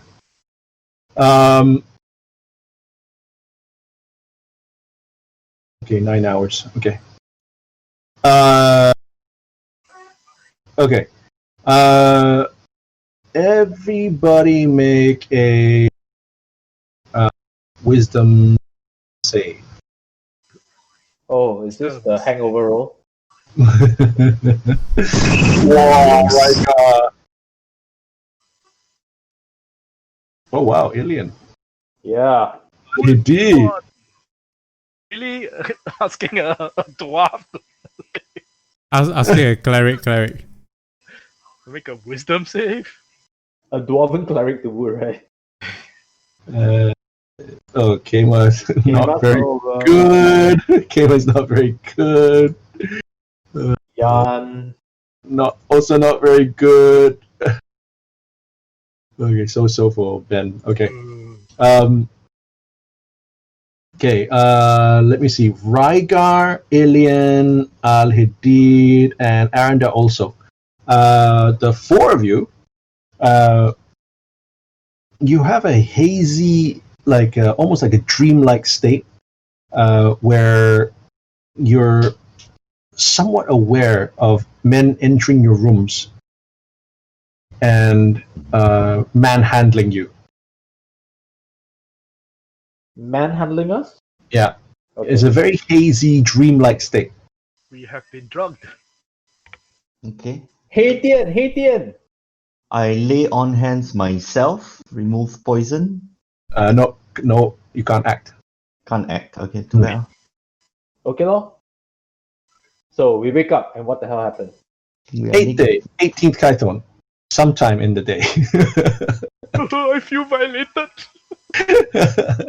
You have no idea. You have no idea what time of the day it is, except that you know that the sun is quite high in the sky.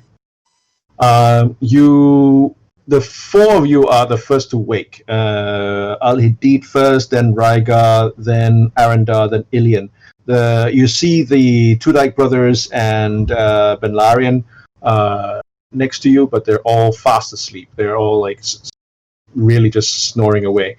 But you awake to find yourselves restrained in manacles aboard what looks like a 20-man whaler amidst 6 other captives, some of whom you recognize actually as guests from the Sleepy Seahorse. Okay. Manacled or tied in ropes? Manacled. Okay. You have all been stripped completely. You're all naked, including the guests. The other guests. The other guests look. Out of the half dozen, only one appears to be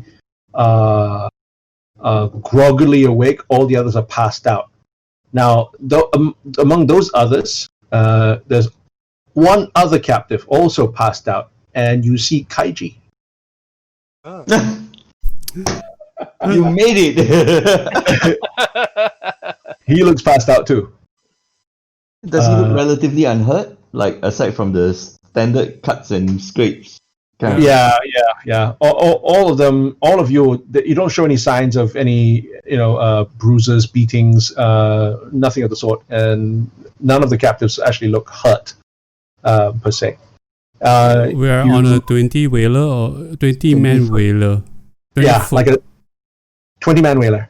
As in, it will comfortably seat 20 men. It's a longboat. Longboat, right? It's a longboat, yeah. Okay. It's a very large longboat. Okay.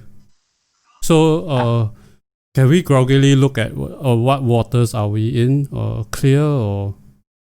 You're actually alongside the wharf at Dorma, and the vessel is being held very lightly in position alongside a wharf. It's not tied up; it's just being held lightly by someone who's sitting inside the whaler, who's holding on to the walkway of one of the wharfs. And the whaler itself is crewed by what appears to be 6 rowers, one of whom is holding on to the wharf side, and 6 others who are heavily armed and armored. Okay. They are themselves armed. So they're armored, studded leather, and some in chain. They've got what look like wicked-looking curved scimitars, daggers, and whips. And each one of these 6 who are not rowers, they also have a small light crossbow, armed with light crossbow, and a small quarrel of crossbow bolts. Oh, no, carry on first. Go ahead. Go on first. Okay, the crewmen, the rowers. Lost. Why am I? Oh, what happened to you? Let me reboot. Okay, the rowers themselves don't appear to be in any armor, but they are armed with straight and slightly curved point cutlasses. I turn to Ilian and say, It appears that you have solved their economic crisis.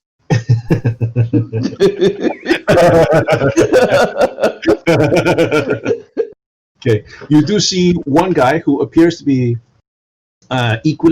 similarly dressed to the guys who are armed and armored. You see him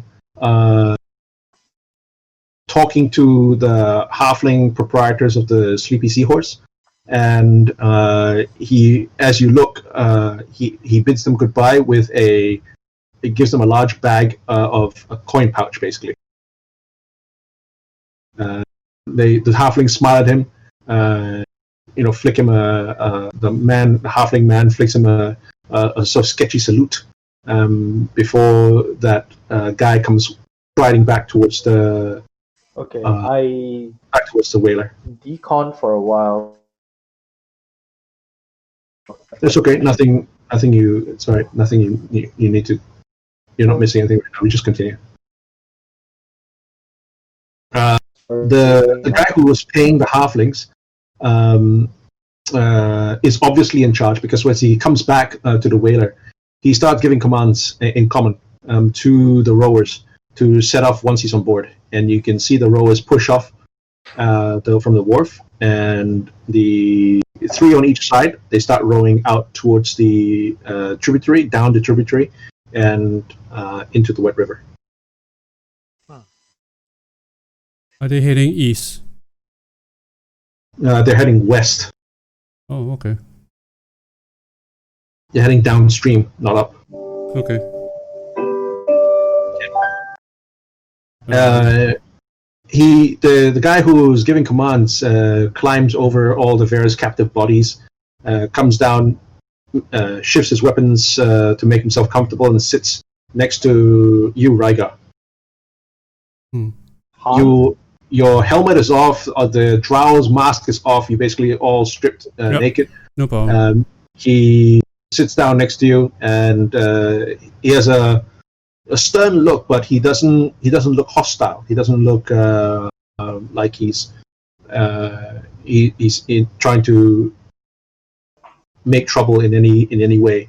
As he sits himself down, he nods a curt nod towards you, and says, "You are Rhaegar, champion of Assam. I saw you fight. A good fight." Correct. That is correct. And it looks as though I'm captive. He nods. He pats his money pouch and he says, "Made a lot of money off you. Shame for you to end up this way. I am Garza. I am captain, fleet of Janja Udas the Mighty." You are a pirate. He smiles. To many people I am. To others, I'm not. To others, what are you? Well, wife, I'm a husband. To my daughters, a father.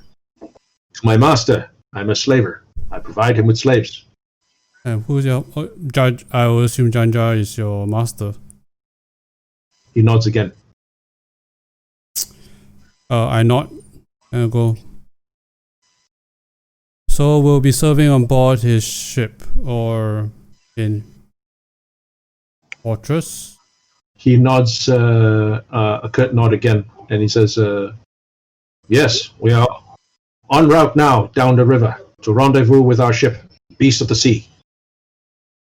I am captain aboard that ship, but it is commanded by Janja's son, Varna."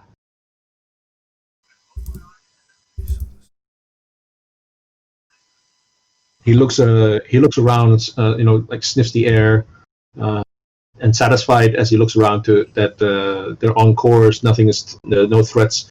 He turns his attention back to you, Ryga. Mm-hmm. And he says, "You made me quite a lot of money with your fight, and I admire a good fighter. So I will extend to you this warning. Watch your tongue and mind your manners around Varna. He is not his father. Extremely fat, lazy, and malicious man-child spoiled rotten by Janja." I always watch my tongue. I gesture to my other companions, however, perhaps I will give them the same warning as you have given me. It is a fine company you lead.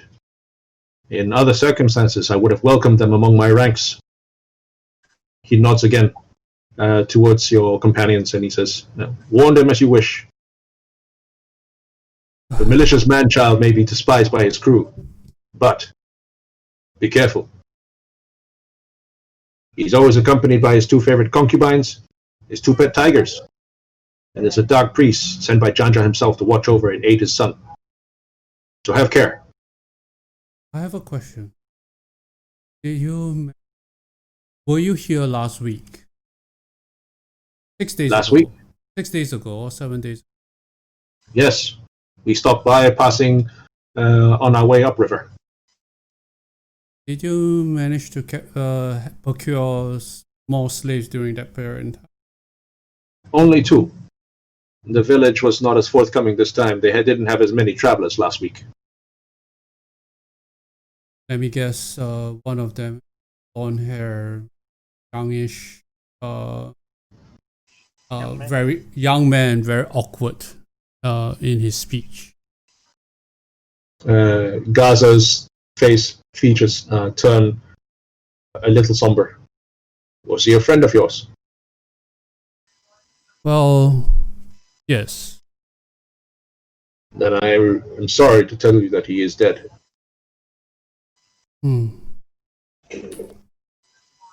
It is part and parcel of the line of business that I work. I will mourn his loss. But He did not seem like a mercenary. He looks at your companions again. Did not come across as one who would travel with you or serve with you. Who was he to you? He's a servant. I see. My condolences, sir. I am sorry for your loss. Fortunately, he did not bite his tongue. Well, I see. If you do, very well. You excuse me. I would like to warn my friends. He nods a curt nod again, rises and makes his way to the rear of the whaler. I move towards Alien and Alien. I'll hit it and Aranda. No, we are all awake already, right? The 4 of you are. The 2 Dyke brothers and Ben Larian are not. Well, Neither is Kaiji. I heard. And among the 6 captives from that you recognize, some of you recognize from the inn, only 1 is awake, but he appears so groggy that he's probably not all there. I heard it. I heard the conversation. Yes, I understand.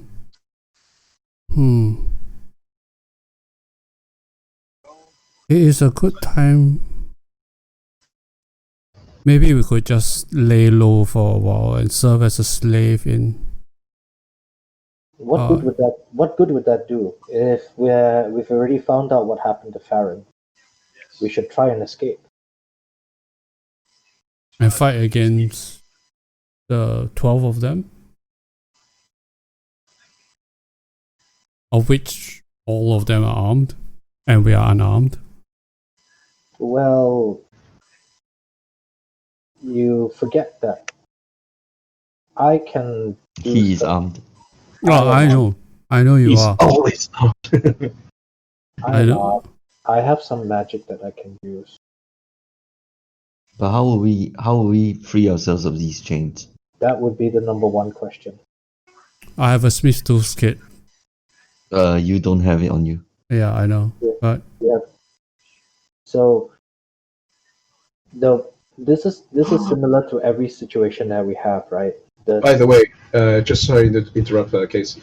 For Richard's benefit, the Smith's Tool Kit also gives you proficiency.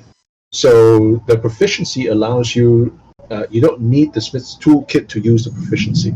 Correct. So, for example, if you had a makeshift something, like a nail, a paperclip, or whatever it was, like to say to pick the locks or something, you could use your proficiency to do that. It just would have modifiers. That's all. oh, okay. I say I can conjure any weapon I am not restricted to wielding the weapon myself. Wire Yeah. cutters. I've never tried a modern tool, but Wire cutters. I try to conjure a set of wire cutters with my packed weapon. By the way, this is all in English, by the way. Yeah. Yeah, there's no Faerun term for wire cutters, I guess. Does it work is the question, because if it does, it already gives me If it does, we are so MacGyvering ourselves. There's no Faerun language to say MacGyver either. No, not a wire cutter, a bolt cutter. A bolt cutter, yes. Yeah, bolt cutter. First of all, is it considered a melee weapon? Secondly, can I conjure it? It would be a improvised weapon. Yes. Can I conjure it with my Factor's blade? A bolt. Yeah, I mean, it's improvised weapon like a club or anything like that. So yes, you could conjure it if you. This is where the metaphysics start getting a little bit fuzzy. Yeah, exactly.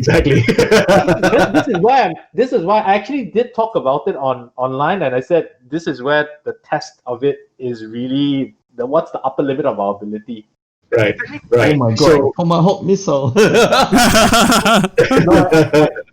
I can only do a longbow, a short bow, a crossbow, a heavy crossbow, or a light crossbow. What I don't know is whether I can create a modern crossbow, like a target crossbow, or a compound bow with all of the strings and all that attached to it. no. So it would be limited. It would be limited to what you know, what you imagine, but limited to the reference of the world. Yeah, so that's where the metaphysics come in, right? Yeah. Bolt cutters, do they exist in this world is the question. They don't exist in the form that you're thinking of, but there are such things as Like big pliers kind of thing, right? This massive. yeah. Those are not things of war. They are things. They're tools, essentially blacksmith tools. Right, hang on. What I can do, however, is I can conjure a war pick, which is exactly the same thing as a normal pick, and you can just break using that. You might be able to. It's just a matter of battering through the hit points of the manacles. Yep. Can you conjure a giant size war pick? I could. I could. Technically, I can do the same thing with a spiritual weapon. No. Spiritual weapon damage is fixed. Yeah. Yes, it does pretty much the same thing, except that it has a somatic component. How tightly are we manacled? Tight. So we can't do anything with somatic components, right? No. Are we manacled to the back or to the front? Front. Okay, cool. That's good. Okay. That means free hands. Yeah, your manacles are not like a cuff with chains in between. It's a solid thing. Huh? It's a solid Okay. block where you've got two out of the solid block on the two ends are where your wrists go.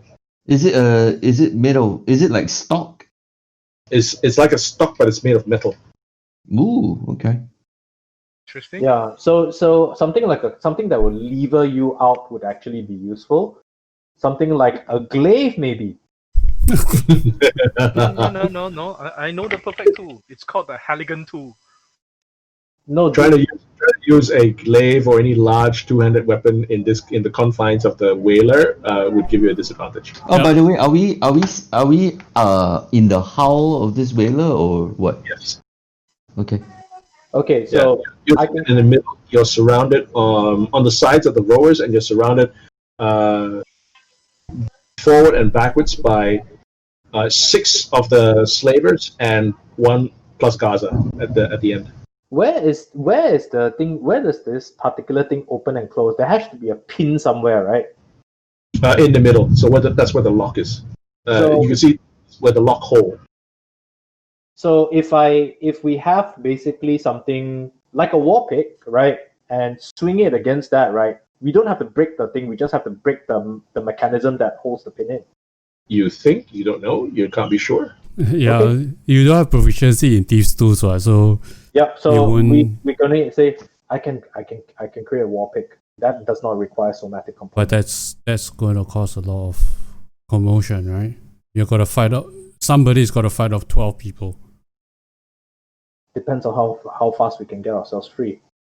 Or we Yeah, can wait but- until night. It's not going. The situation is not going to improve itself just I by know. waiting. I know, but when there's less of them awake, it might hurt our chances. It's also quieter at night when there's less activity up there. That is true. We're in a hole below, is it? No. A whaler is open deck. It's a very large longboat basically. Yeah. So basically, basically is any action, we will be spotted. Yes. Oh yeah, for sure. You are in plain sight of the slavers. Okay, You're in plain sight of the rowers. which means we can't do anything. Well, I mean, you could. It's just that, Okay, so our hands are manacled, our feet are not, and we're not chained to anything. Correct? your hands are manacled. The manacles are you're all put together. They're all chained together. Okay. Miranda can get free Yes, I think I can. immediately. Yes, I can. Because we're all chained together. Yes, I can. Misty Step. I know. But just because I can doesn't mean I should. Wait. Misty Step does not allow you to escape manacles. Yeah. So if you Misty Step, while manacled, the manacles go with you. But the okay, Misty Step would not allow me. Would allow me to get out of a stock, for example, because I'm not wearing the stock. Yeah. The manacles are currently linked to everything else, so that would mean the chain would break or something like that, or something. That's that gray area portion, right? Yep. So if I might very well just step out and then after have the manacles still on me, but that would mean that if the manacles were linked to the chain itself would be then dislodged, or like one of those magic tricks where the ring comes out kind of thing. Yeah, that's that I was thinking of already. So I didn't assume that I could. Okay. Fair. So not doing it, not going here with that. I don't think. I don't need to yet. That's my thinking, because I'm looking at the team, right, and a part of this whole we weren't just here to go like, oh, we found him, he's dead, right? We're here to find out everything we can, and what better way than to follow all 6 days, to follow him all the way to the pirate house and find out. Well, that part is true, lah. Yes, you could do that, but that would be then of your own volition to do that. Because this does not seem connected to. That is To true. what Farron does. So it's really for us to escape and get out. And the longer we stay, the further we go. But also, as of right now, the circumstances don't look good either. True. 14 people. Yeah. So unless we have a way of just suddenly breaking all 12 people out, I can't think of a way. I can't think of anything that we can really do that would not end up with us having a TPK. Not 12, 14 as Terence has pointed out. Unless you don't care about some of the captives. That's true. Actually, I only care about one. It's serendipity, right? To find Kaiji here. Well, you were told when you were in Assam and you inquired that he had been sold to slavers. Yeah, but he sure took a while and a roundabout route, so he presumably escaped and got caught again. No, he was It's sold only- to the first lord, right? Yeah, he was sold the first law. In fact, we Yes. didn't know where he was. He was That's probably right, so so- much trouble for the first lord. No, he was sold. Remember, you were told that normally prisoners would have been any prisoner would have been tried, right?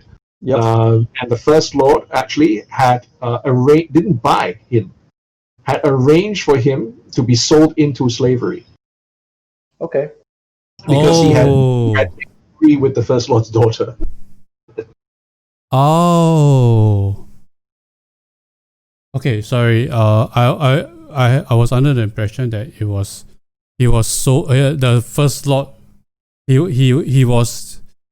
The First Lord he- had basically sold him into slavery. Okay, so I thought he was having some hanky panky business with the regent's daughter, and then he was sold to the First Lord. First Lord's daughter. Okay, never mind. First Lord. Anyway, by the way, I don't have to free myself. I can free Raiga if I wanted to. Why? Huh? How? I can Misty Step him. No, you can't. Yes, I can. Misty Step itself. No. I can. Huh? I don't get it. The season I chose was the ability to Misty Step others. No. Eh? If you can cast Misty Step, it's only for yourself. It's not the spell, it's my innate ability. My ability is the ability to Misty Step another person instead of myself if I wanted to. Really? That's I didn't realize that was an Eladrin ability. Yes, so I am Spring. When you use your phase step, you can touch one willing creature within 5 feet. The creature then teleports instead of you, appearing in unoccupied space. Oh, very So nice. if I wanted, I could do it to No, you Raiga. can free 2 people. No, one person. No, because your face step requires you to proc the action, so you can free yourself, and then after that, Instead of yourself. instead of I see. Yeah.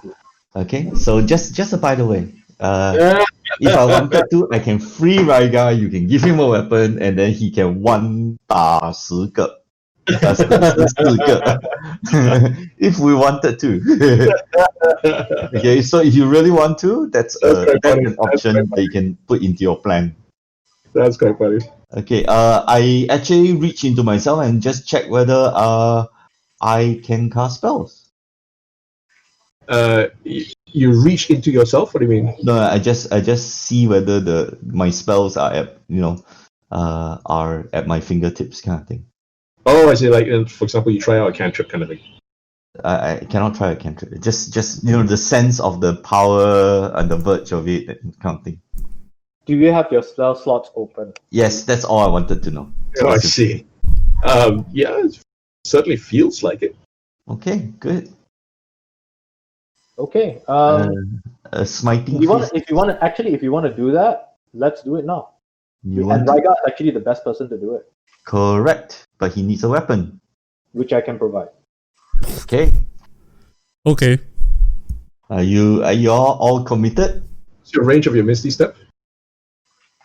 I think it's 30 or 60 feet. So it should be 30 more than 30 feet, 30 feet.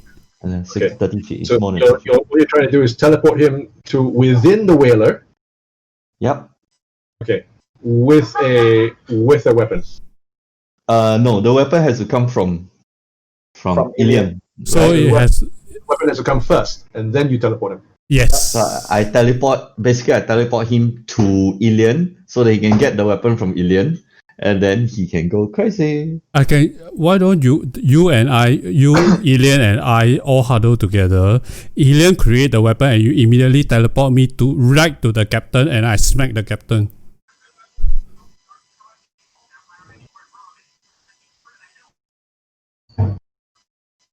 Hello.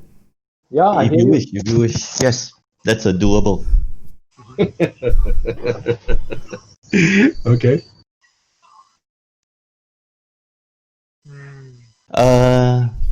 And meanwhile, the rest of us can try to free ourselves.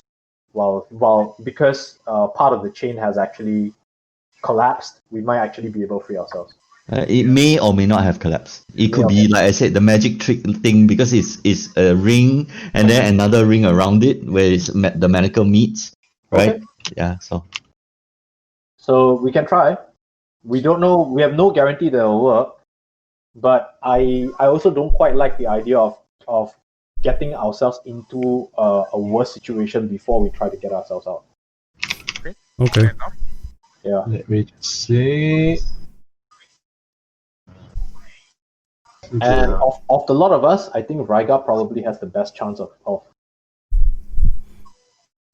doing this BS. Yes. Okay. Then meanwhile, you conjure the second weapon and we start to cut the boats. No, he can. I cannot conjure a second weapon. Oh yes. Okay. Conjure one weapon. I can summon my short sword, but only one at a time. Right. Yeah. If you, So- yeah, if I manage to get free, I can add it a second weapon, spiritual weapon in. That's actually correct. So That is true. yeah, and I can whole person. I've got 2 more whole persons. That takes into account 2 more guys. And if we get Rygar free, he can cast Fist. It's our priority. The entire plan is predicated on Rygar's repeated applications of Fist. Yes. Could you conjure like a ogre's battle axe? Because I don't know. I've never tried. I know for a fact I can do a great axe. I don't One know sec. Do you want Kaiji's help? to do what? What can he do? he's a He's bard. a bard. He can do a lot of things, and he doesn't even need his hands. No, he does. Wait, Oh, hold on. Wait, he's a bard. There is a possibility that he's capable of picking locks. That is true. But if he's capable of picking locks, he would have gotten himself out of the stockade in the first place. No, you a can't get stockade- yourself out of can't get stockade. Yeah, because you can't have the. Why don't you try? Why don't we try and see whether Kaiji? Okay, let's. Can we move to Kaiji? Hold on. I'm just trying to get an appropriate. Map, because SK wasn't expecting us to do something so stupid. Indeed. There was- no, he's like, I had a whole storyline and plot. And all of us said, "Fuck this shit." I was going to make one of them. Like the heir apparent to a faraway city, and then put them in the fighting feats. But somehow or other, the players said, "We've done this already. We know this part. We've done it already." It was full of price of fish. No, what is funny will be Rygar goes up and says, "I cast Fist," and he kicks the guy overboard. Why can't I add this picture?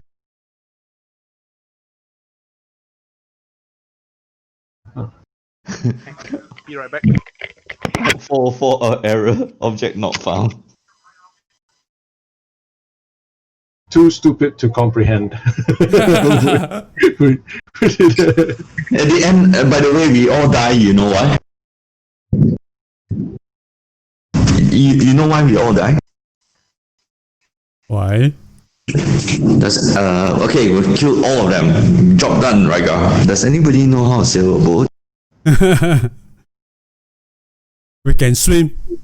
We are not laden by armor. The last time somebody in this game tried to swim, right?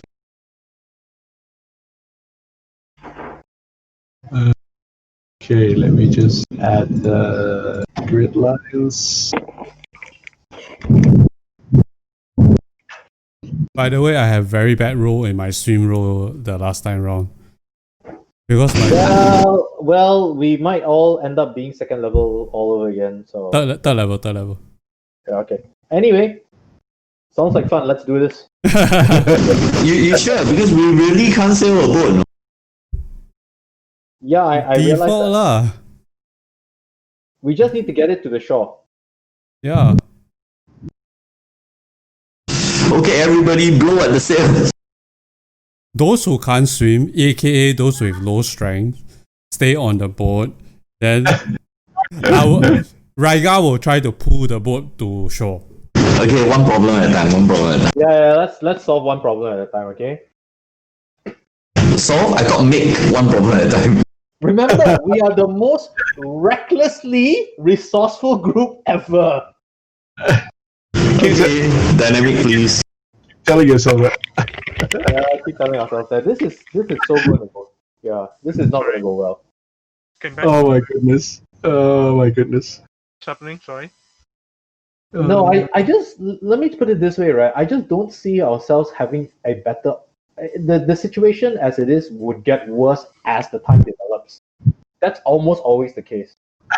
Well, that's what Yeah, I mean, that's what you say.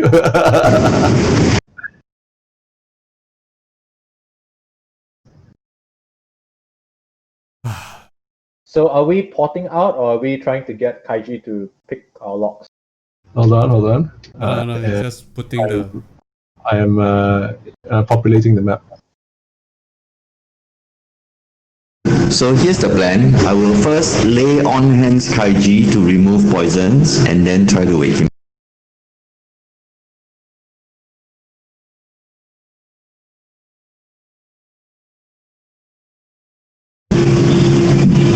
Then while Raiga is then after that I will then port Raiga out while Kaiji attempts to pick up. Or why don't you try to see whether Kaiji can pick our locks before we go dynamic, as many of us free as possible. He can't pick our locks without tools though. Improvise tools.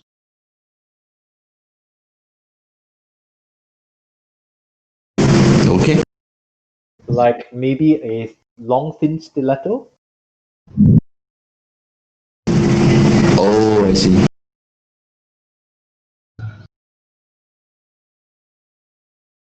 And if you break it, it's fine. I have an infinite supply of these things.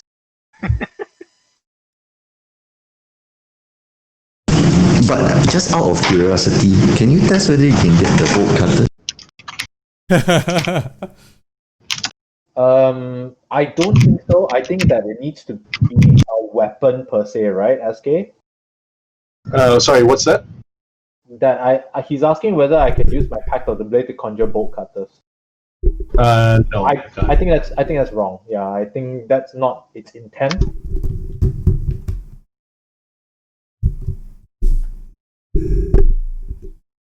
Okay. So I mean, We are so screwed.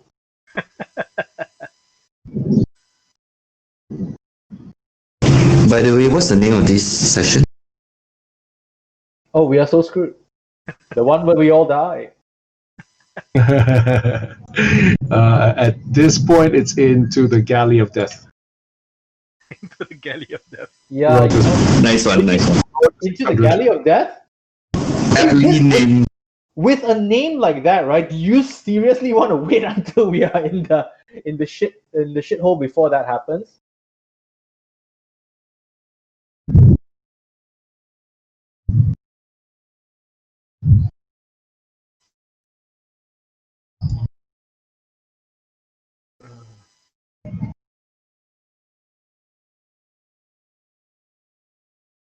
Also note, we have no armor. Yes, that is true. No weapons, no armor. Yeah, just survive on pure hit points. Two Dick brothers are out. So is Uda. They all look like. What's his name? Why do they all look like Loki? Those are just meant to Represent us. represent the captives. Okay.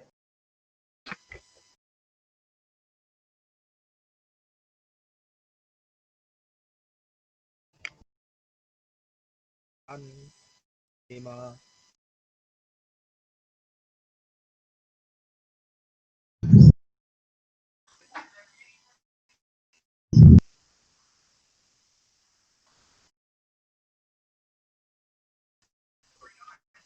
Titi Xiaoshan. And Lao. Okay.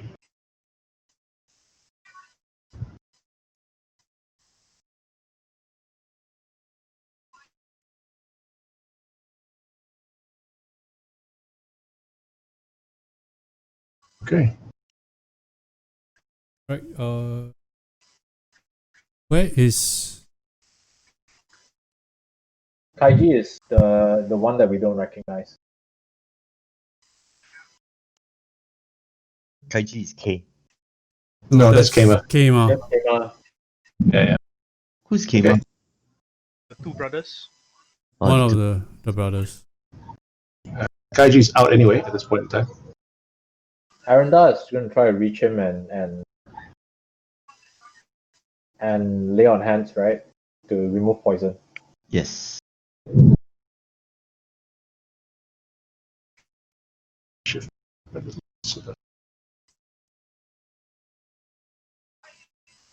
Okay, that is essentially it. Oh, hang on. Sorry, you're off center.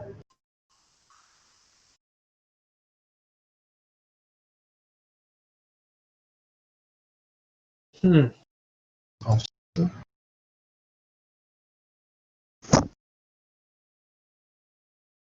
Okay. All right. Let's go. Yeah, so I attempt to move over to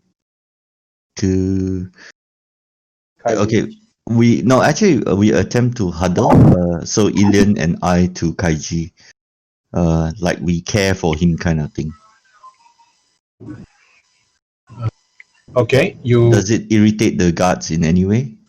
The so slavers in any way? basically, you want to try and do this. Yep. Okay. The moment you shift out of position, the nearest guard to you yells out at you. Okay, move back and sit down. I guess that's a wash. He aims a crossbow at you and says, "Sit down."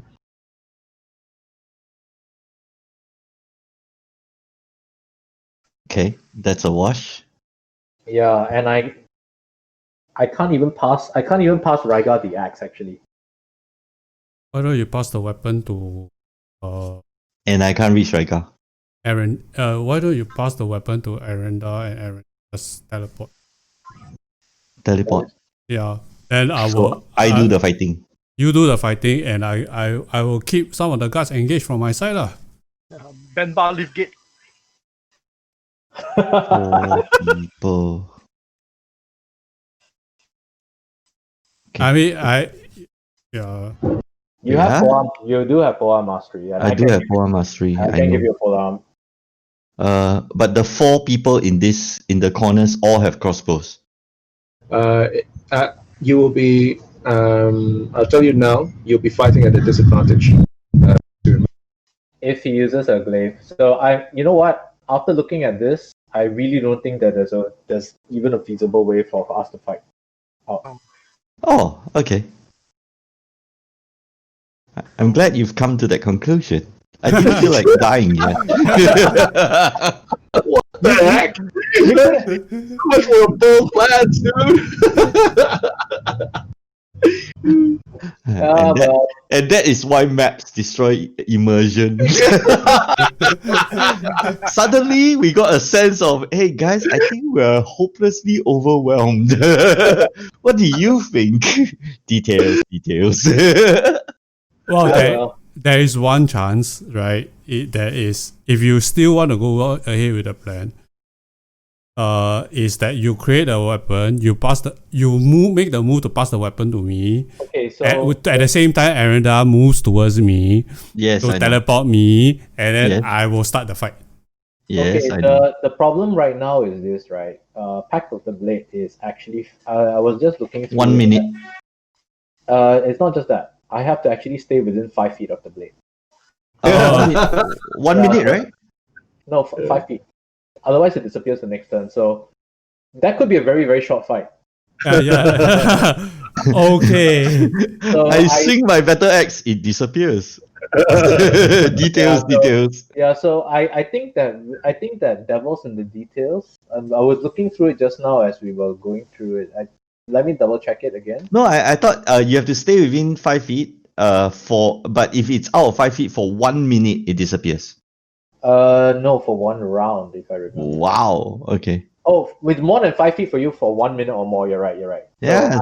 He has a minute lah. He basically has the Ultraman he has to finish the fight in 1 minute. ding dong. I Conjure a second one, pass to him again. Here's the next one. I think that with all of those limitations, probably not a good idea lah. Let's just leave it lah. Sure. Yeah.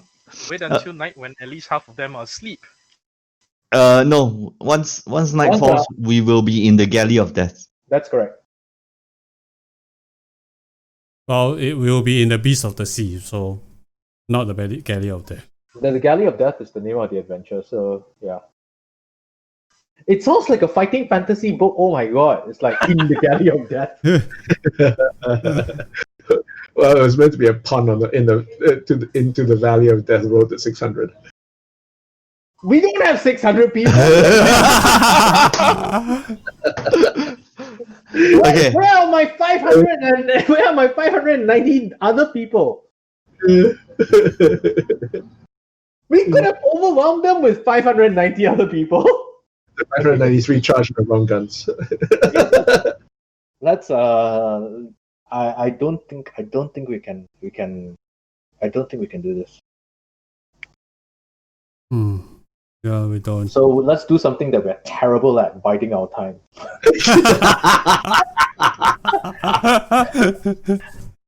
Oh, that's funny, man. Do you know what happens next? We go inside the galley where she's much larger, right? And then there are more guards, and I told you we should have done something. No, I think this it's completely inefficient to continuously attempt to guard slaves, right? So this is fun for now. I'm good. You're good to what? Just clarify. You're good to I'm good to wait. I'm good to wait. I'm good to wait. Aren't you good to wait? Yeah, that's good. Let's wait. It's a good thing you clarified. He's good. He's good to go. Now? Okay. Can I? And then there'll be a familiar refrain from Terrence. Wait, you're retreating?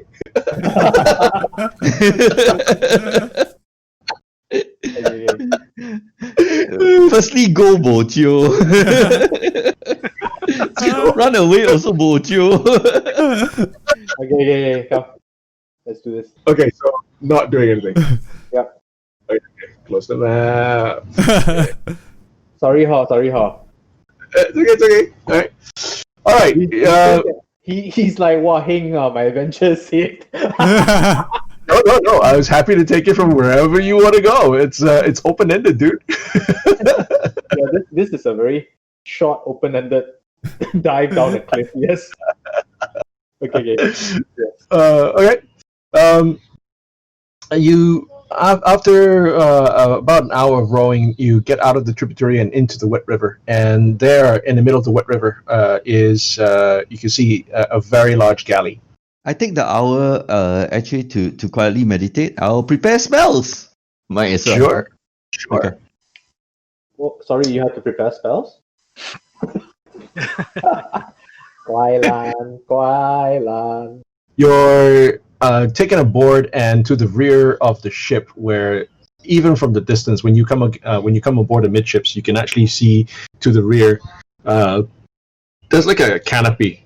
So this is a typical galley where you've got a raised section on the front and a raised section in the back, and the raised section in the back has a large canopy overhang, and seated comfortably in that canopy. Even from the distance of amidships, when you're board amidships, you can see this ginormously obese individual lounging on a sea of cushions, with two slim women on either side of him, and at his feet there are two very large tigers, huge tigers. The tigers do not appear to be chained. But they do appear to be wearing spike collars.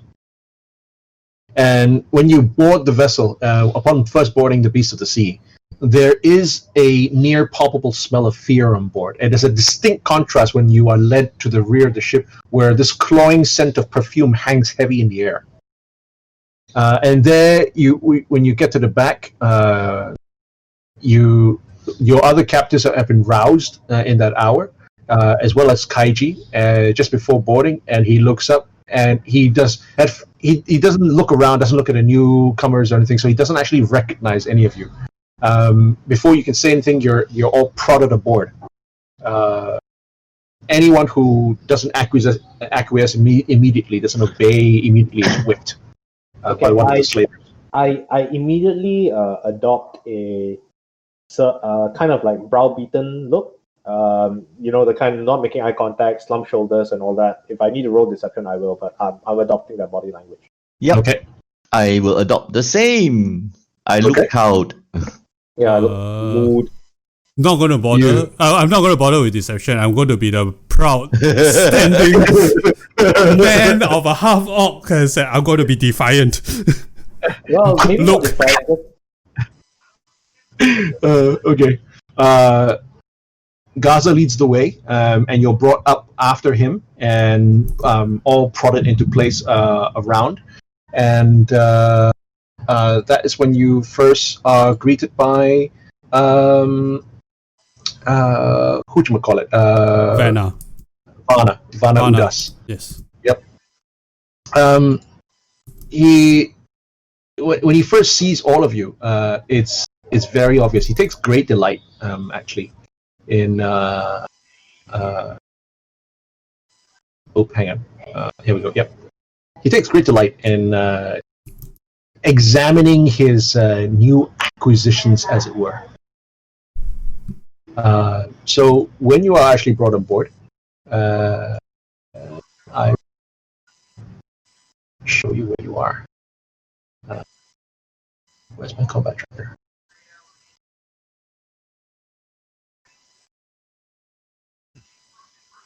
Right, that's the galley.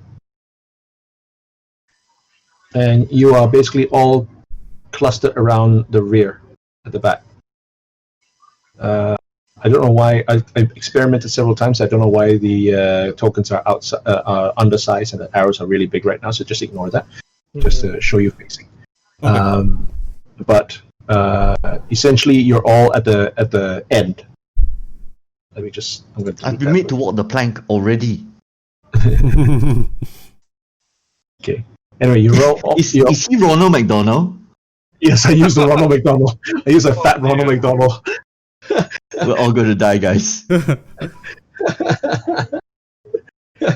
It's a fat Ronald McDonald. His concubines, are they chained? No. So that's I use the same token for the slave girls from Hamradis' caravan. Are they just armed? to show you, they're not armed.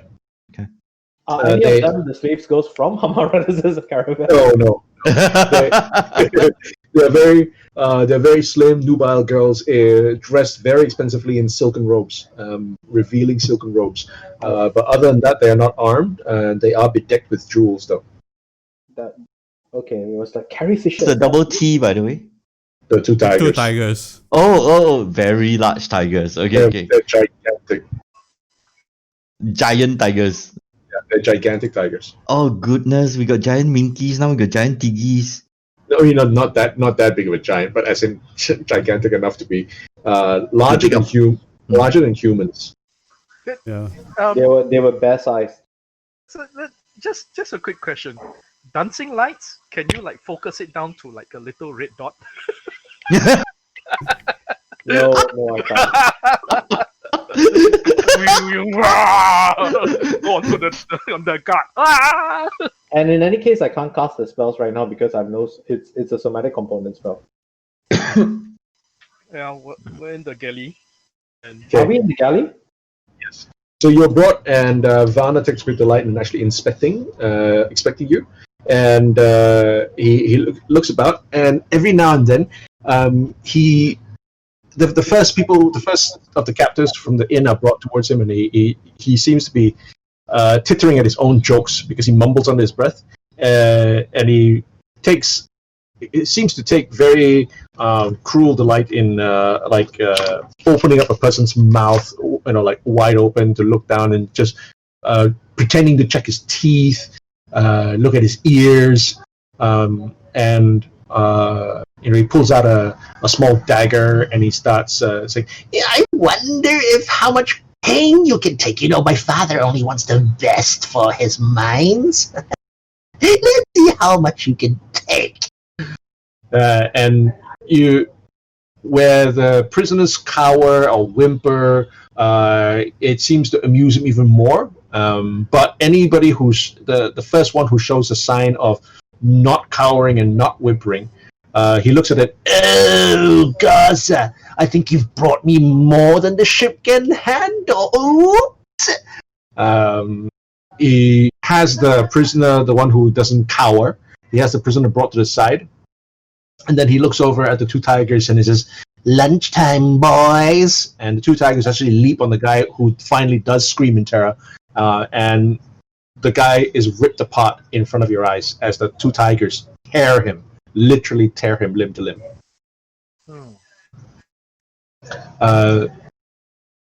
You are then led below into the rowing pit.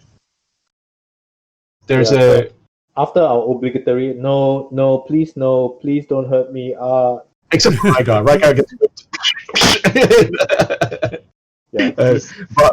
Vana, when he comes to you, he says, "Oh, a drow." Looks at Gaza and goes, Why did you bring him? They're known to be small, ineffective, lazy. This guy's not gonna survive. Put him in. I want to see this.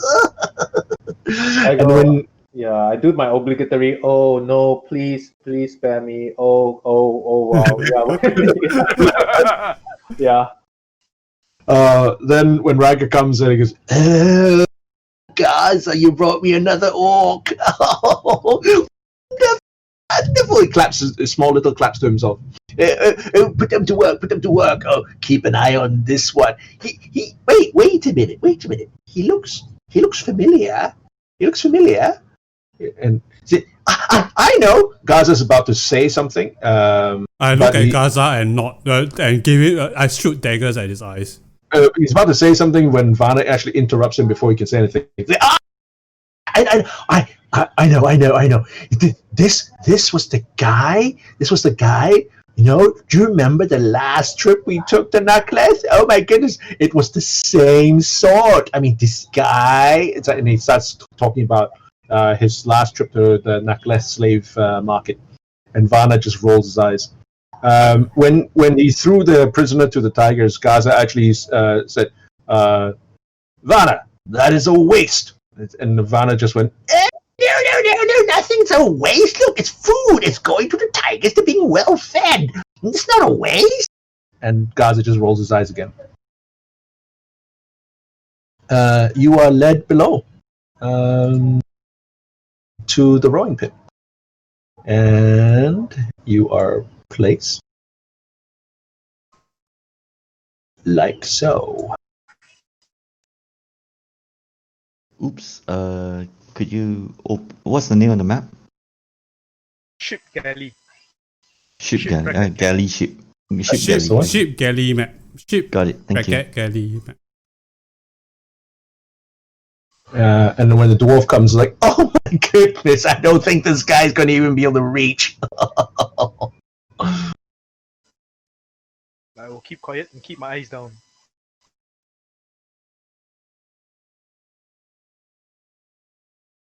Dum dum dum dum dum dum dum.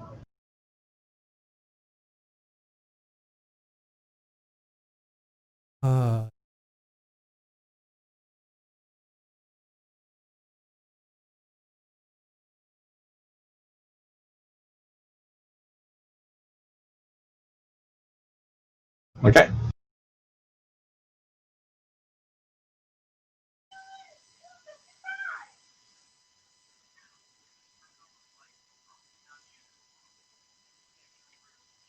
We chain to the road deck. Give me 1 second. Sure. Okay. You're led to the rowing pit below deck, and as you're led down, there's a putrid smell of urine and feces permeating the air below. None of the slave rowers actually look up when you are brought down. You are shackled to your rowing stations. So you've never been actually out of your manacles. Your manacles are actually shackled to the oars, and then your feet are shackled to your rowing stations. The slaves that you see down in the row pit, they as slavers pass by, they cow. They cow in mute terror or exhaustion.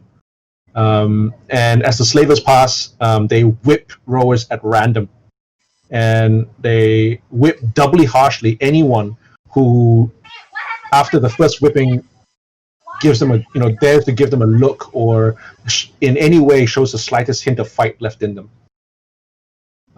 Once you've all been secured, you can hear Vanna shout to Gaza to be on their way, and it says, "All right, Gaza, depart for home."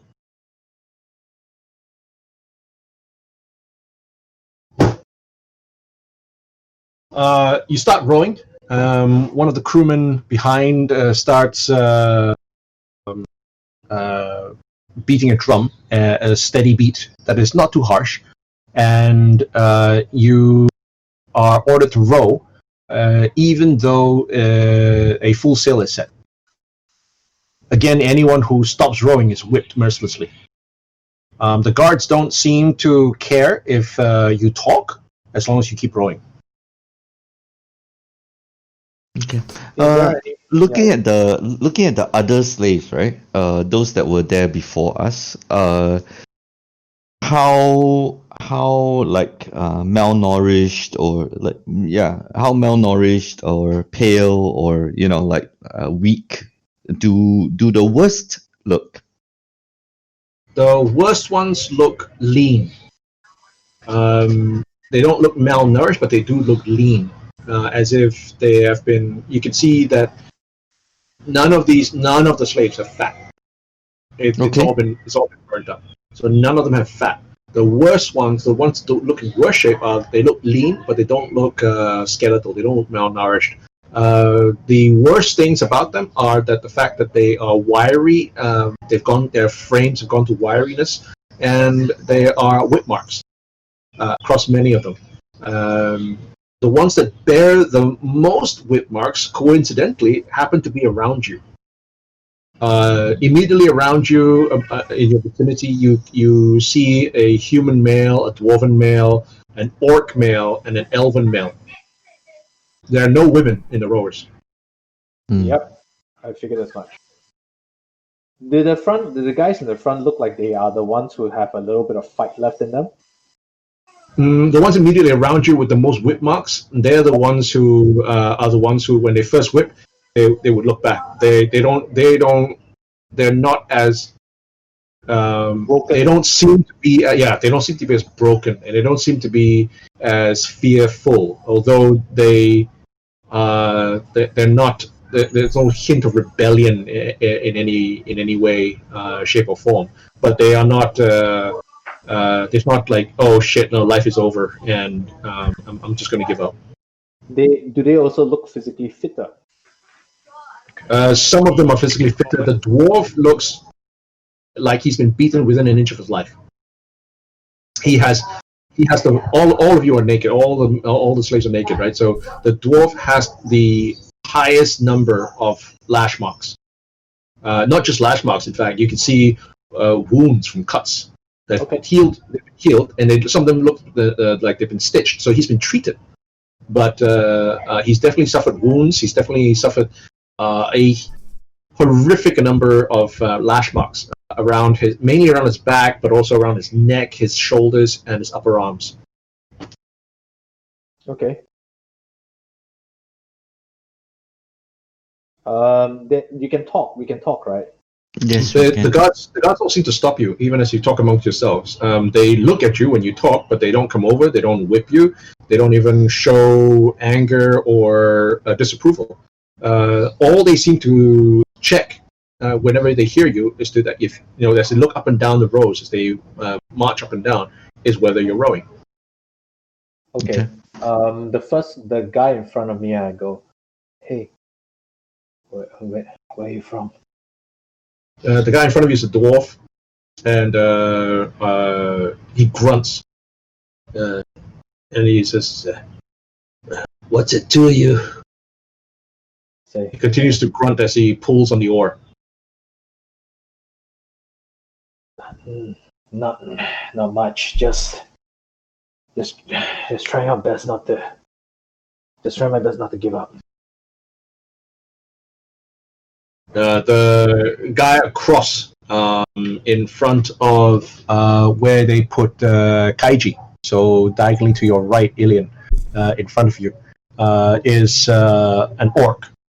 It's got all white hair that's been tied up. It shows signs of having been braided before, but you don't know how long he's been here. But the braids have come loose, and it's just very, very loosely tied up right now. And he grunts as he goes, "Just row. Do not. There's no reason to give up. When you give up, that's when they win." I say I.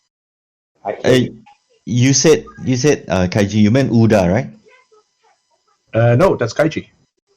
On the right Oh of no, Ilian. sorry, it's Uda. Uda. Uda. The one that's moving right now. That's Uda. Sorry. Okay. Yep. Okay. So the two guards in this galley, and they look to be only two. On the bottom. On the bottom, right? The guys on the top deck can look down and see because it's open. So it's like It's an open deck. It's those old galleys where you can actually look Right. down and see the rowers. Okay. So So that's the guys- not easy then. Yeah, the guys above can easily turn around and shoot you. Right. This is an open galley, right? Yep. Okay. The only closed part is to the front where the bow is, and to the back. It's sheltered and it's enclosed up on top. The deck's actually covered, but there's no door, so you can see plenty of barrels in the front and crates out the back. You don't know what they hold, but you do see the cargo stashed Where's the other orca? It's in front of Uda, is it? in front of Uda. Okay. Okay. Okay, everybody make a dex check. Dex. Next check. Ugh.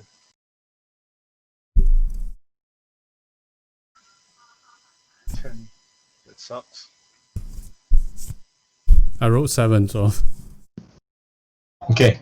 The things I do just to help them roll better. Alien and Aaron are keeping up. All he did is just barely, but he's actually flubbing it because of his the height. But Raiga is for some reason failing dramatically, and so in the first hour of rowing, he gets whipped a lot. Al Hadid gets a couple of cracks across his back, but Raiga constantly gets a slaver over, and the slaver doesn't seem to. He's not angry. He doesn't seem to be emotional about it. He just comes along and says, "Stop messing up the count. Row 1, 2, 3." At this point in time, they don't care if we say or talk and all that, right? Nope. I start singing "Swing Low, Sweet Chariot" to that thing just to try and keep him in. Swing low. No, I'm not kidding. Yep, that's what I'll be doing. Okay. And see if anyone else picks up on it. Okay. I actually have no idea what you're singing, by the way. Swing low, sweet chariot, come along and carry me home. It's a Negro spiritual. It's a I can't believe. Well, or we can do hi ho. I'm doing it for two. I'm doing it for two purposes. One is to try and I know. one is to help Raiga. Two is to see if anyone else picks up on it, and three is to let Kaiji know we're here. You could have used a top 40s hit instead. I could have, but But I was no. thinking thematically speaking, a Negro spiritual would probably be really suitable here. You need a top 40 20 years ago. Yeah. Okay, swing low, sweet chariot. Yeah. So No idea. I don't know the song. That's amazing. Carry me home, sweet low, sweet. No one else joins in, but you do sense the the rowers around you actually pick up The rhythm. rhythm. Yep, Okay. and they start to row better. Okay. And One of the slavers who's walking up and down, pauses next to you as you're singing. Then he nods almost to himself, maybe to you, maybe to himself only. But he nods, and there's an air of approval as he looks around and sees what your singing is doing. Okay. Yeah, I keep it up. It's like the old cadences in it's route marching. Right? It's just something just to keep your mind. You're right. I totally understood the intent. I just don't know the song. And by the way, this particular song is not the right song for rowing, is it? No, it's not. The pacing is wrong. But okay, carry on. It's slow, but it's got rhythm. So you can. It's almost 2 rows to the beat kind of thing. But yeah, but it's good enough. Right, yeah, and if you really need me to, right, I can always switch to I don't know what I've been told. No. Galleys of death are really bold. No. Chain gang works. Chain gang work is really gold. No. As in, that's the sound of the men working on a chain gang. Okay. If you really want to, we can always do the old standard purple light. Oh gosh. Okay. Yeah, so I've got hundreds. Okay,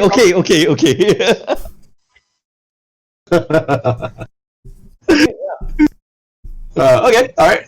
After about an hour of singing, you're pretty much quite exhausted, and you when you lapse into silence, the effect still seems to be lingering. So people are still rowing at that to that tempo, to that rhythm, and you keep rowing. What's the C above? What's the letter C? Oh, crewmen.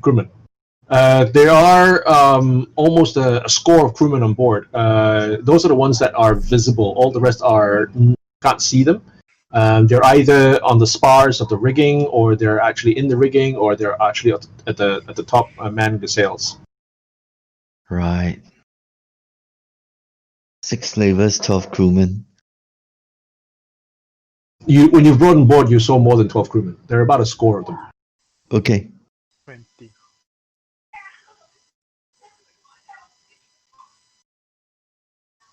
Okay. I'll just carry on. It's fine. Okay. And yeah, there are more than 6 slavers as well. Where is the priest? Is he on the ship? You noticed there was someone shrouded in the shadows of the canopy behind Varna. You didn't get a good look at him, and that person did not reveal himself. Okay. He was basically all covered up in a not a heavy cloak, but like one of those large hooded kind of cloaks, those oversized hoods. Mm-hmm. He's wearing one of those. Yep. Okay, no problem. I just want to know whether he's on the ship or not. That's all. Okay. As you're rowing along, the orc again. After in the second hour, as you're just pulling on the oars, and now you're just hearing the swish of the sea as the galley bounces up and down in the waves of the wet river. The orc sort of casts a backward glance over at the lot of you, and then in a voice that carries backwards, more than a conversational thing, but none of the other rowers seem to really care. He says, I am Kolor, the White Crowns. White what? The White Crowns. I am Ilian Markov. Arendar. He did. From way back, the tiny voice pipes up. All he did. The name is Rygar. The orc nods without looking back. Well met, brother. Well met. How is it that you came to be taken captive?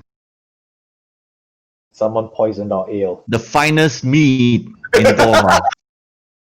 The finest ale. The finest ale in Dorma. At the finest inn. You fell for that. Okay, Kolor barks out a short laughter.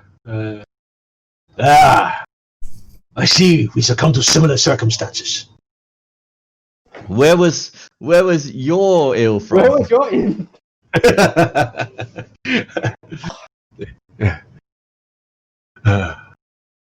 And another fishing village along the river. I was taken over a year ago. Only. I and my kin. I am the last of my kin now. I'm the only one who survived. I see.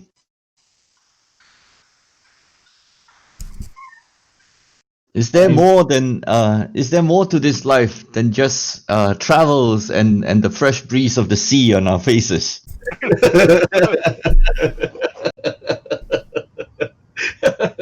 You get to meet interesting new people. I can't wait. Excellent exercise regime. You're from the north. It does remind me of spin class, doesn't it? Wait, Koma, right? You said Kolo. Kolo, right? The White Crowns. Are you from the north? The Fawn. Aye. You know of us. 10 towns. Are you of the Many Arrows clan? No. The White Crowns were never a large tribe. We belong to no clan. Good on you.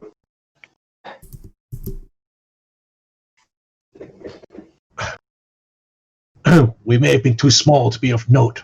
We kept our honor. The great warriors. Many saw us as outcasts for the color of our hair. I say. I look at him. I understand how that feels. He glances over and you can see a wide smirk start to spread across his face. Keep that spirit up, Drow. You're going to need it. Always. Never give up. The one in front of Ilian, the dwarf, you can hear him grunt and snort in derision. And Kolo just looks over and you can see another smile. Don't mind him. That one is Kimak. Kimak. He's from Assam. Are you now? The dwarf again snorts derisively in response. What good does it do me now? There is always tomorrow. In front of Kolor, you can see an elf sort of turn back as he pull on the backstroke as he pulls back. He turns slightly halfway, and there's a big grin on his face, and you see him. Kimak tries to live up to what the people think of dwarves. Dour and grumpy. Don't mind him. Oh, we have a friend. We have our own. We have our own dour and grumpy friend. He is. Ours is short on spirits. Yeah, keep it up. Short jokes. Spit on you. Kimak just as he pulls on his oar, spits onto the floor of the deck. And just shut up, all of you. Just row. Koro's face splits into a fang-bearing grin. And as he pulls back, he looks at all of you on the backstroke, and he says, "Don't worry about Kimak." What's the matter, Kimak? You in a rush to get somewhere? That several of the rowers around you actually start laughing. The slavers look up. Even the slavers on the main deck look down just to see what's going on, just to make sure you are there's no what the reason for the commotion is. And when they see that you're still rowing, they don't care. They don't seem to mind that your spirits are up or that you are talking amongst yourselves. They really, really just do seem to be concerned about whether you're rowing or not. Cool. Kolor again turns his face half towards you guys as much as he can as he's rowing. It says, Kimak's a fount of humor every single time. It's the reason why he's been whipped so many times, Kimak? You can see some of the other rowers start laughing as well. Kimak just spits on the floor of the boat again and looks over at Kolo. Shut up.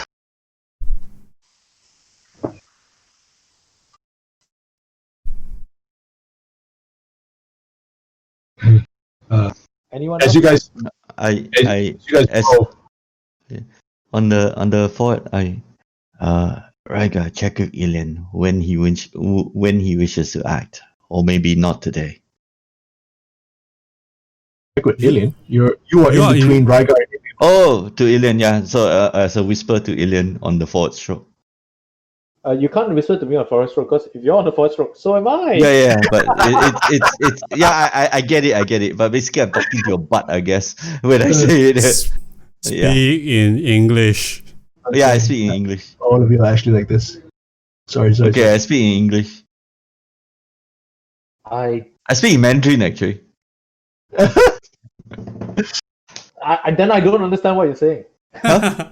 Oh, that's because my Mandarin is horrible, not because it is. Not because yours is. Neither does the GM.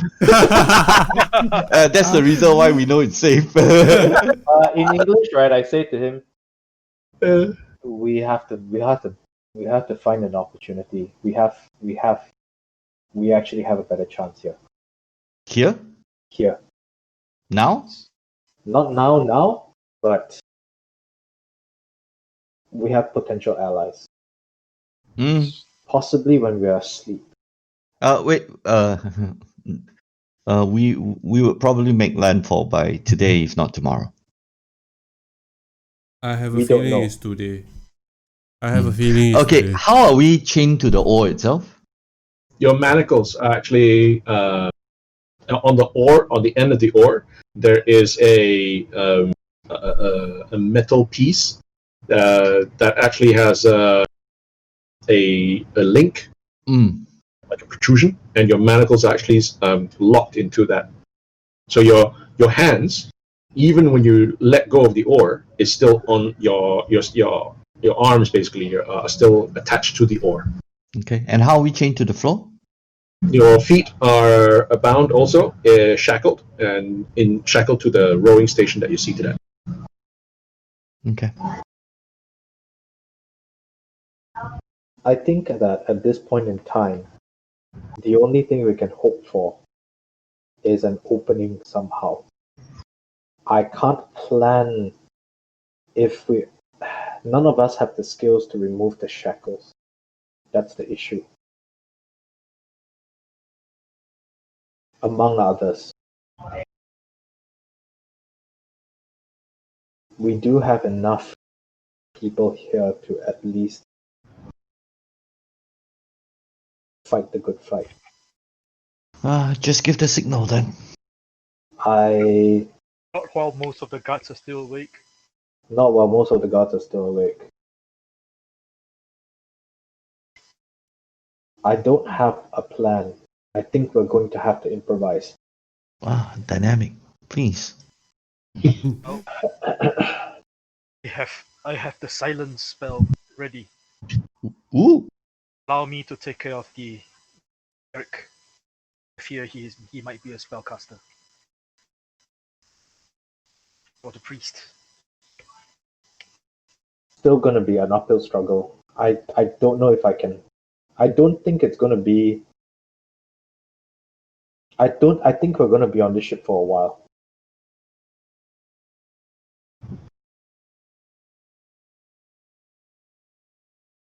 You see.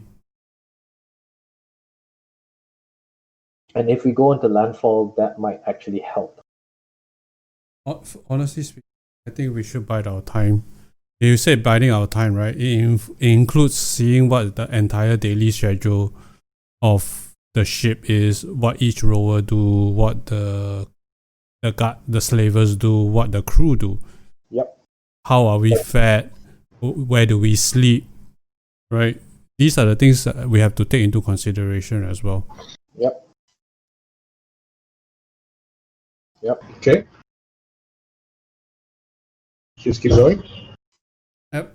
For now, I can't think of any. I can't see any opening right now. And a lot of our abilities have been kind of rendered. I can't use any of my abilities except the one ability that would probably get me shot.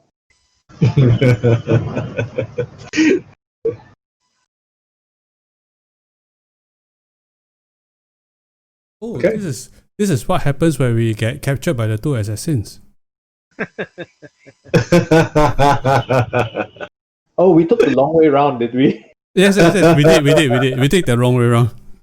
Okay. I have. Let me ask something. Color, let me ask you. How do they feed us? Do they You shot feed us back. from the east? You shot backwards to Connor looks at. Who's that? I don't see you. and he starts laughing. Kimak just shut up. There's one in every group. Sorry, Yeah, there's racist. There's half in every group. It's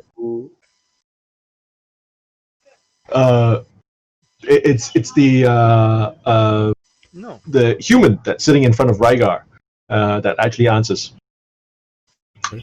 Who's next to across the aisle from Al Hadid, and he says, "What do you mean? How do they feed us?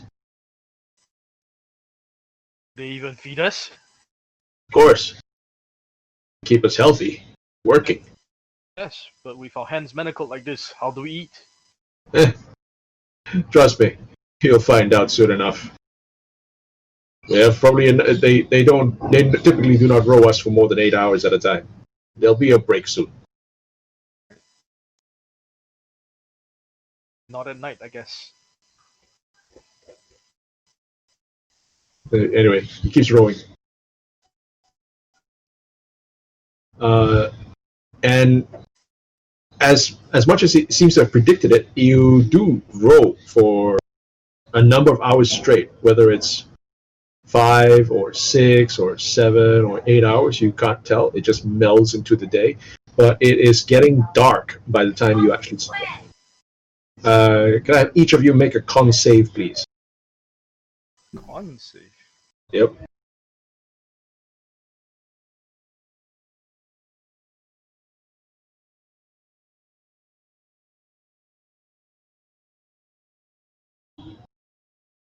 I fail. I am down. I get whipped. Whipped is whipped. Okay. You're all exhausted. Ilian is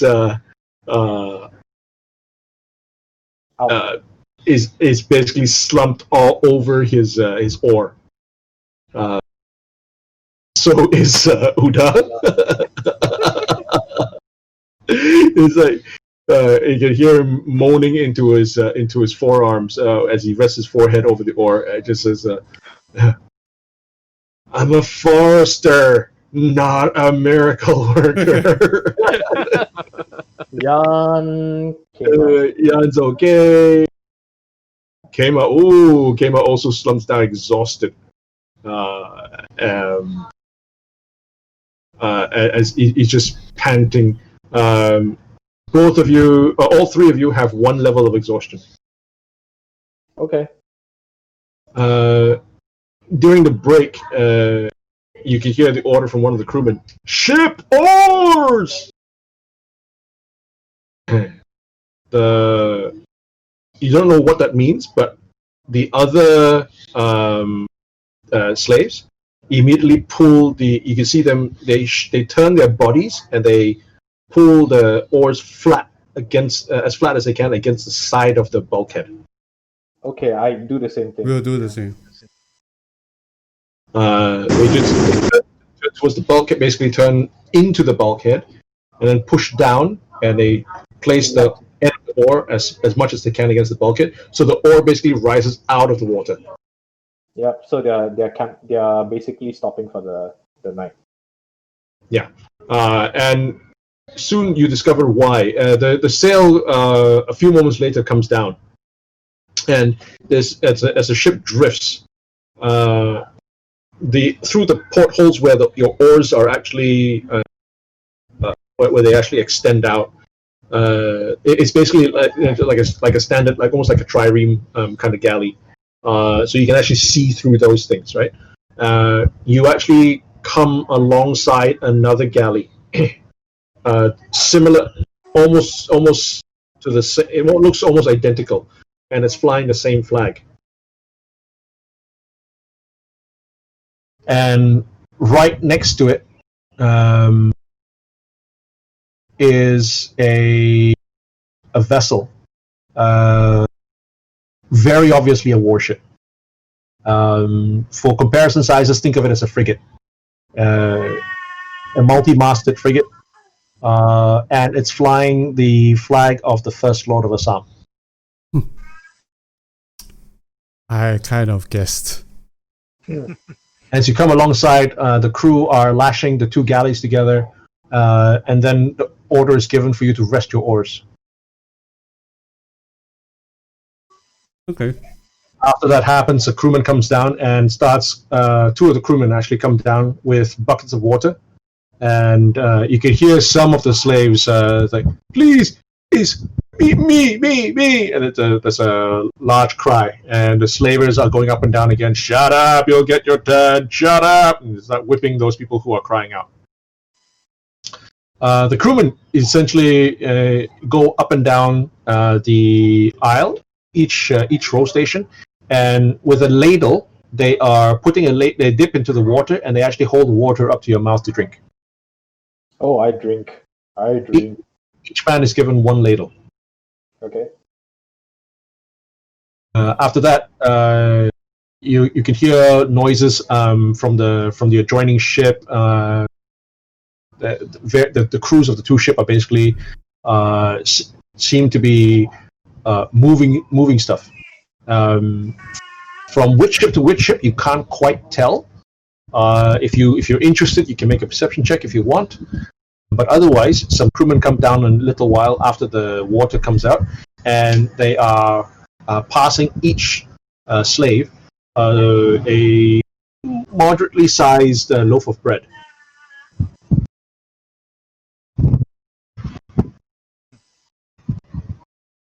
Okay.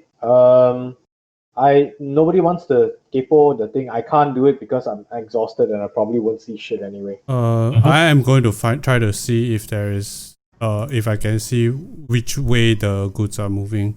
Oh, I'm too short to see. perception check, is it? Yep. The goods appear to be moving from the other galley to the Beast of the Sea. Okay. So you mean the frigate, the first lot to our ship, the Beast of the Sea? No, the other galley. Oh, okay. The other galley to this galley, right? Yep. Okay. I say in English, it's moving from the ship, the other ship to this ship.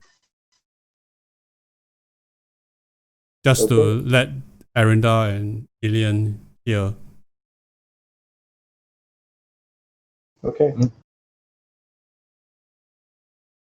Okay. You seem to be stopped for the night. and the slaves are ordered after their meal to rest. And you're told there'll be no more rowing for the night. So rest as in we'll sit on this particular thing and just sleep here, is it? Sleep where you sit. Yeah, okay. You lean against the bulkhead. Most of you can see because your hands are still shackled to the oar. No one is released. So some of them are even using the oar as almost like a pillow.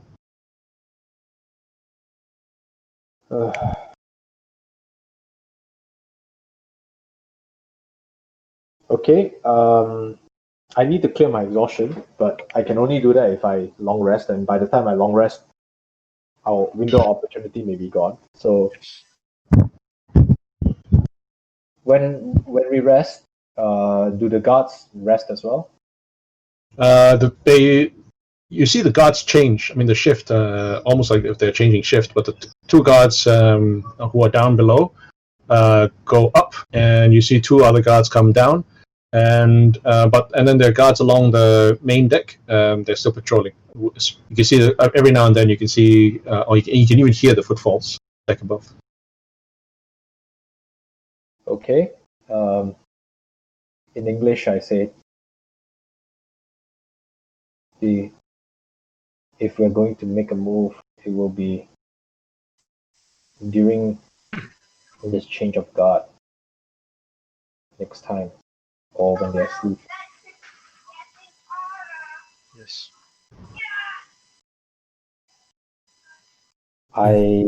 There's still the problem with the shackles. I'm examining the shackles and seeing how there's a pin with a locking mechanism is basically it, lah. Mhm. And even if we had a tool to pry the thing out, it would be limited by our hand movement. Would it be? Mhm. Okay. Do these guys have any sort of keys or anything? When the guards, did they carry keys? Did they carry? You don't know, and you can't see.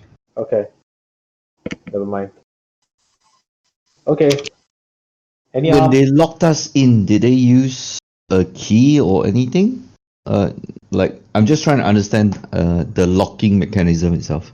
Let's see if I can give you an idea. Probably a pin that you drive in or something.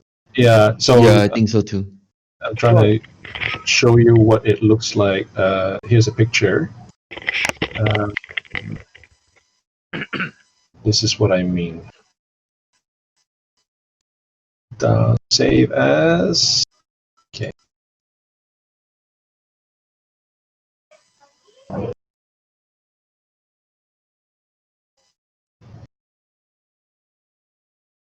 That's your manacle.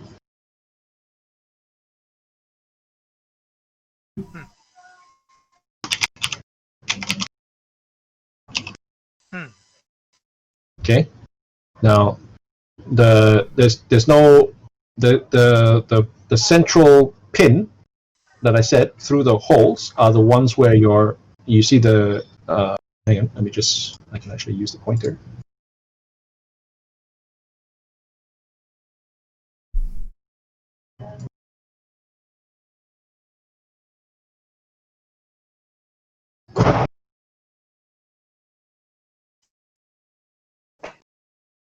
This is the lock through which this is the key, as it were. Let me just point to it. That's the key. Get what I mean? Yeah, I'm just trying to figure out how they managed to slide the thing the pin in the first place. So you weren't awake when they actually slapped this on you. So you don't know what locks and unlocks this thing. It looks like a permanent piece. Basically, what happens is they put the pin in, and then they use a mallet to flatten the edge so you can't release it at all. I mean that you. Yeah, as you know, part of your suspicion. Yes, it's perfectly true. It could be that way, but you weren't awake basically to see how they did that. Okay, so this locks to show you.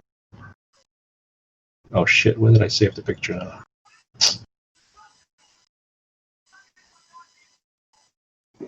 The only chance we have is to break it, basically.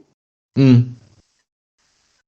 Yeah. Yeah, it's this kind of manacle is called a bar manacle, and there are different types. The end that you see here over there, typically that's the locking mechanism. Right. So that thing either opens, or the more modern. I mean, the bar manacles were used all the way up to the 1920s. And the 1920s version, that piece is replaced by a solid lock, and which just like a bicycle lock kind of lock, Yep. or a gate lock, for example, or a locker lock, right?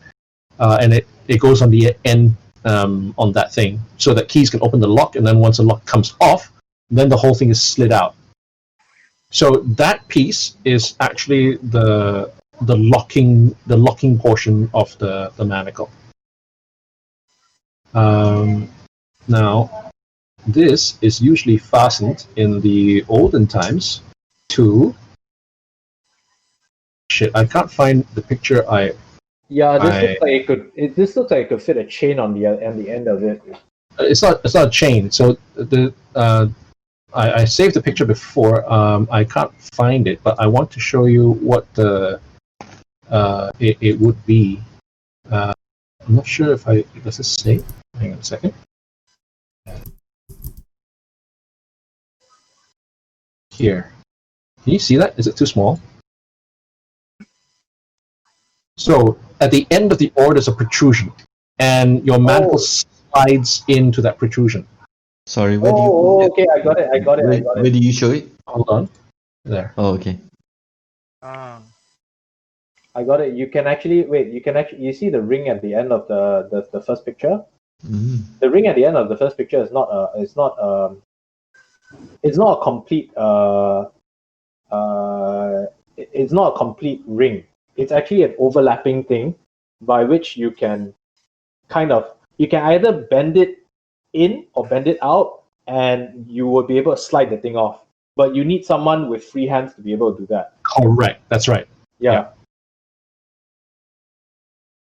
So someone has to actually do it for you. Correct.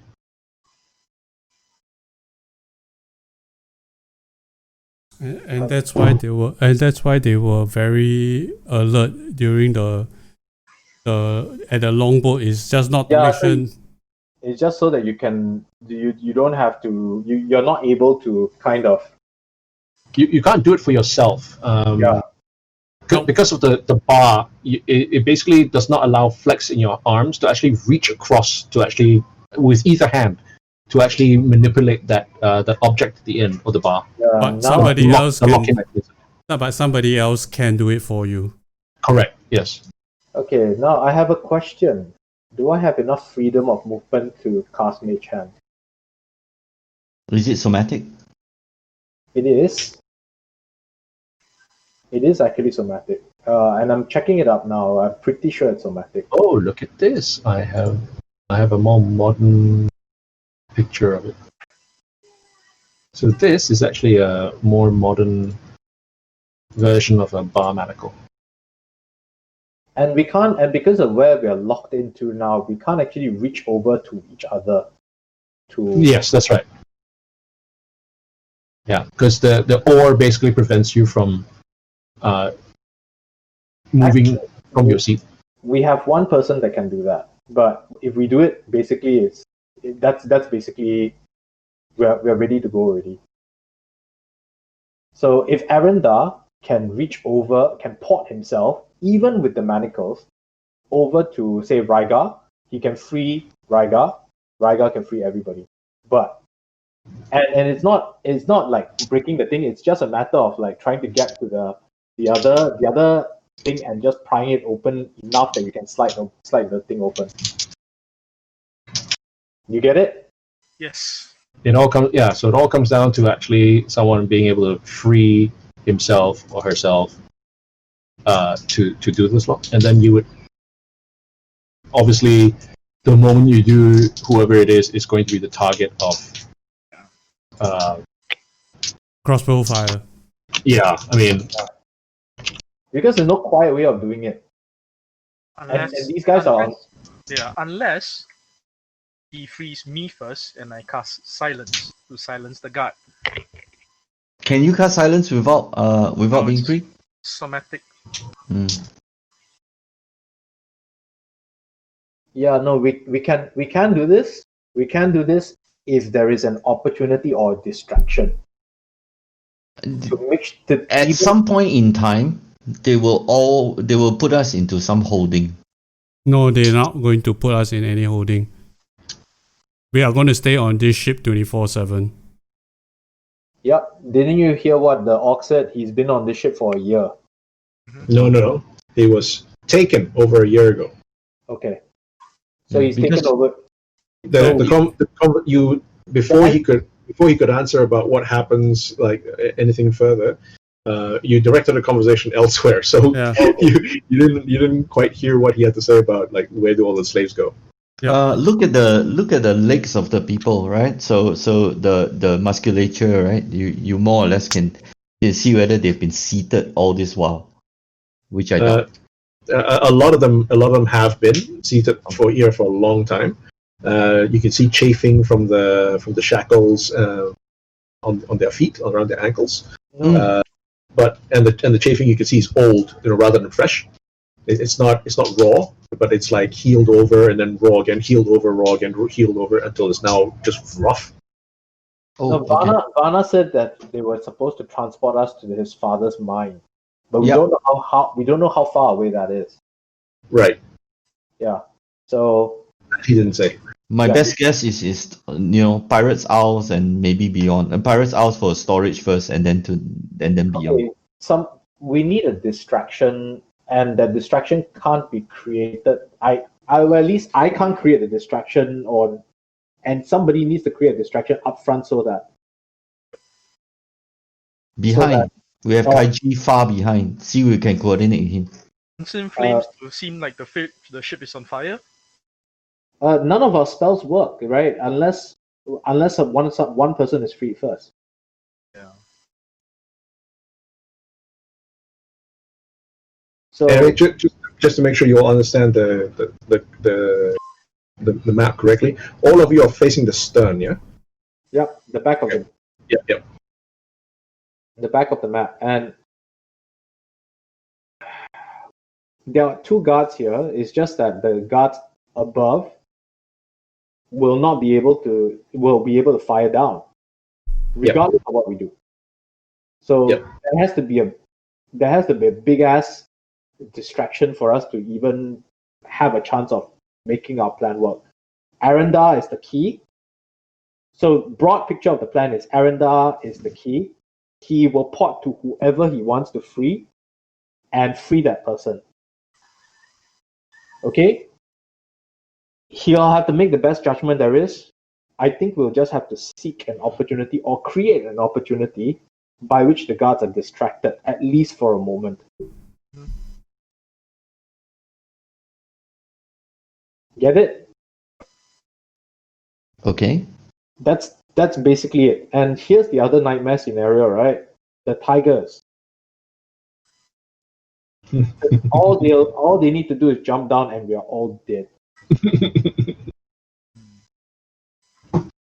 Or we can take the fat Ronald hostage. Just a quick check. Things were loaded onto this ship, yes? Yep. Okay. Which means there's another level to this ship. No, just these two levels. Okay. Oh, yeah. Or we can free somebody and take the fat one hostage. That's gonna be tough. I mean, you can skip go. I mean, I hear the objective, but I don't see the path. Yeah. That's the end goal.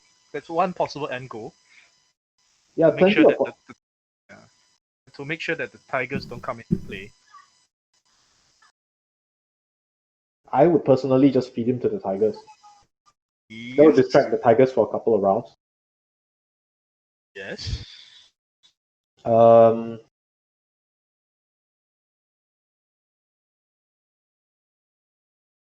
I guess the only way we can try to figure out something is if we can.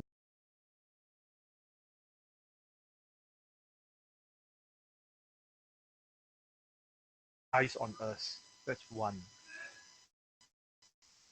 Right now, as it is, there's 2 guards. That's correct. Actually, you know what?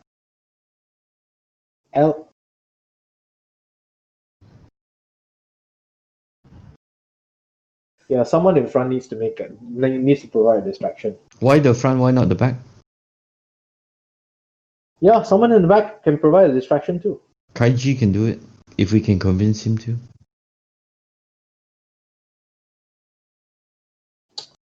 The guys in the back are all broken. And Kaiji is fresh. Yeah, but we can't reach him. We can speak to him in English. Oh, that's true. That is true. Call out to him then.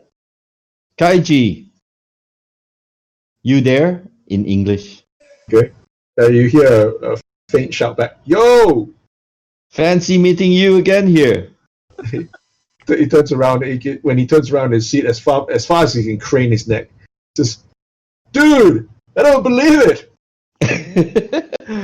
What's a nice guy like you doing a place like this? What are you doing here, man? We were looking for you. Me? Yes, we did say we will try to find you. You never met us at the gate. Damn, man. That First Lord dude, man, took me off the stockade. Okay, what happened then? Sold me to that fat Ronald McDonald slaver dude. So this is not your first time on this ship then? Well, no, man. I mean, like, this is the first time I've been on the ship. It's taken you quite a while to get here. It's been what, 3 weeks, maybe? Yeah, they kept on taking more and more people. That they had that smaller vessel. Right, we were on that one. Boat. You were still drugged when we last saw you. Why? Oh, well, I managed to piss off the head honcho. Listen, we'll think you're getting out. Yeah. Faster. What did she say? Think faster. Right. So, we were thinking, when we act, can we get the distraction? When the time comes, of course, not right now. Slow down. You know, he might actually just act on his own initiative, right? And that's not a terrible thing. All right. We need eyes to you so that, we're going to try our thing. Would be risky, but I think it's worth a shot. What do you think? Well, how the hell do you plan on getting out of these things? And plus, like, where do we go? We're naked. That is not going to improve unless we kill someone and take away their shit. Yeah, I got like 13% of a plan. Oh, sorry, forgot. You haven't seen that movie yet. It was a good one, though. Yeah, so anyways, we sort of have something like a plan. Not the best one, but hey, most of my party in my D&D group never come up with good ones anyway. You know the thing. Hey, sounds familiar. Yeah. So, we got one use, Misty Step. That's about all I got. What the heck is that? He's a first ed player, dude. Dimension door, sorta. Short range teleport. Dimension door, sorta. Right. Blink! Something like that. So we got one use, and we're trying to work our way around that. Cool. All right. So what's the plan? Alien will tell you. What? Say what? So we need a distraction from you up in front, while Arendar ports to somebody, freeze that somebody, and we start a fight. So hey, dude, like, why don't you just, like, bam, go kill the fat dude, bam, back in your seat, and they'll be like so confused, like, who done it. One use only, and Short yeah, distance. and you can bamf one way but not back, and line of sight. Damn. Damn these rules, right? I know, right? Like, who the frack is your GM, man? Ronald McDonald. That's the best he could come up with.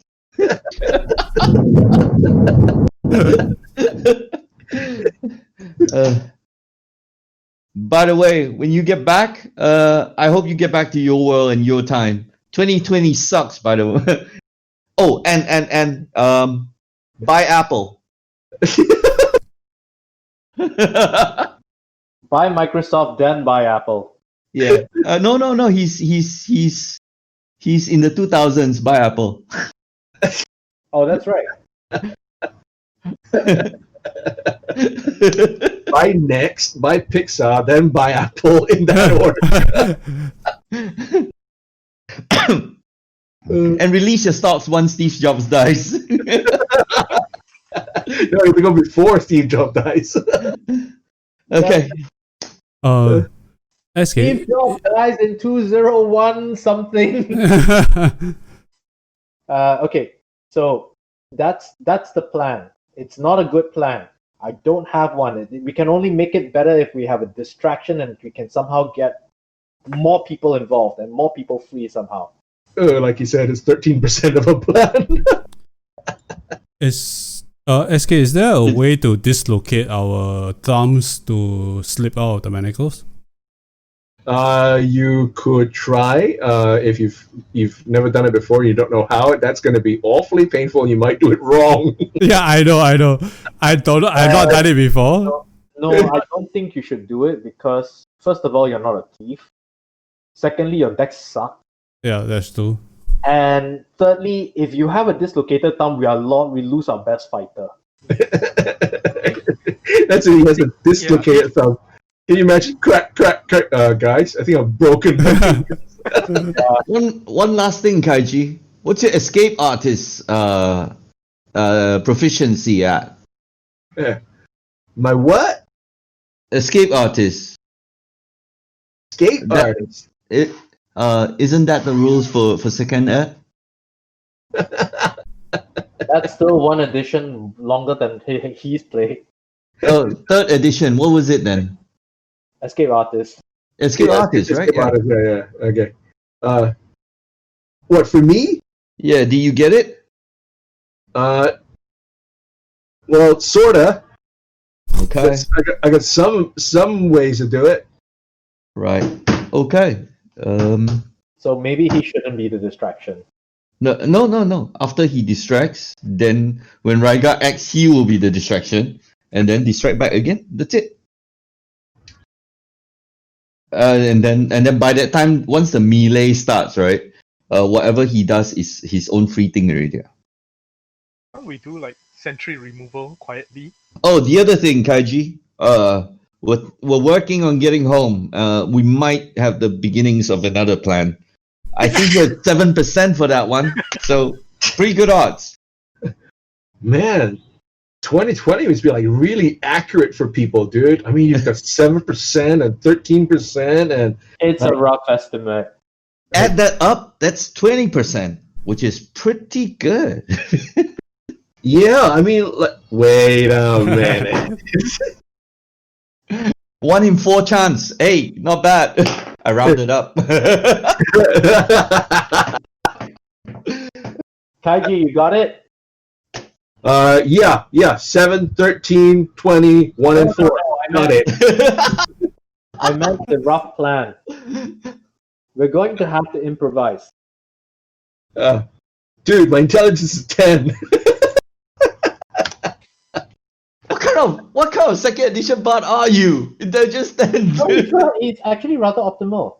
Is it? Bards Okay. don't need intelligence. They need wisdom, they need charisma, but Intelligence. No, I thought it was intelligence and charisma. Second edition, but need strength, intelligence. No, strength, wisdom, and charisma. They literally Okay. need every stat but intelligence, Oh, okay. which explains all you need to know.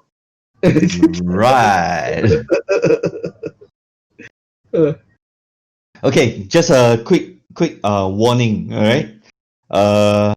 I've got about half an hour to go. Do we want to do this? Oh, I was gonna wrap it because I when you told me earlier you're gonna go at 4, I kind of timed it for 4 o'clock, so we can wrap it here.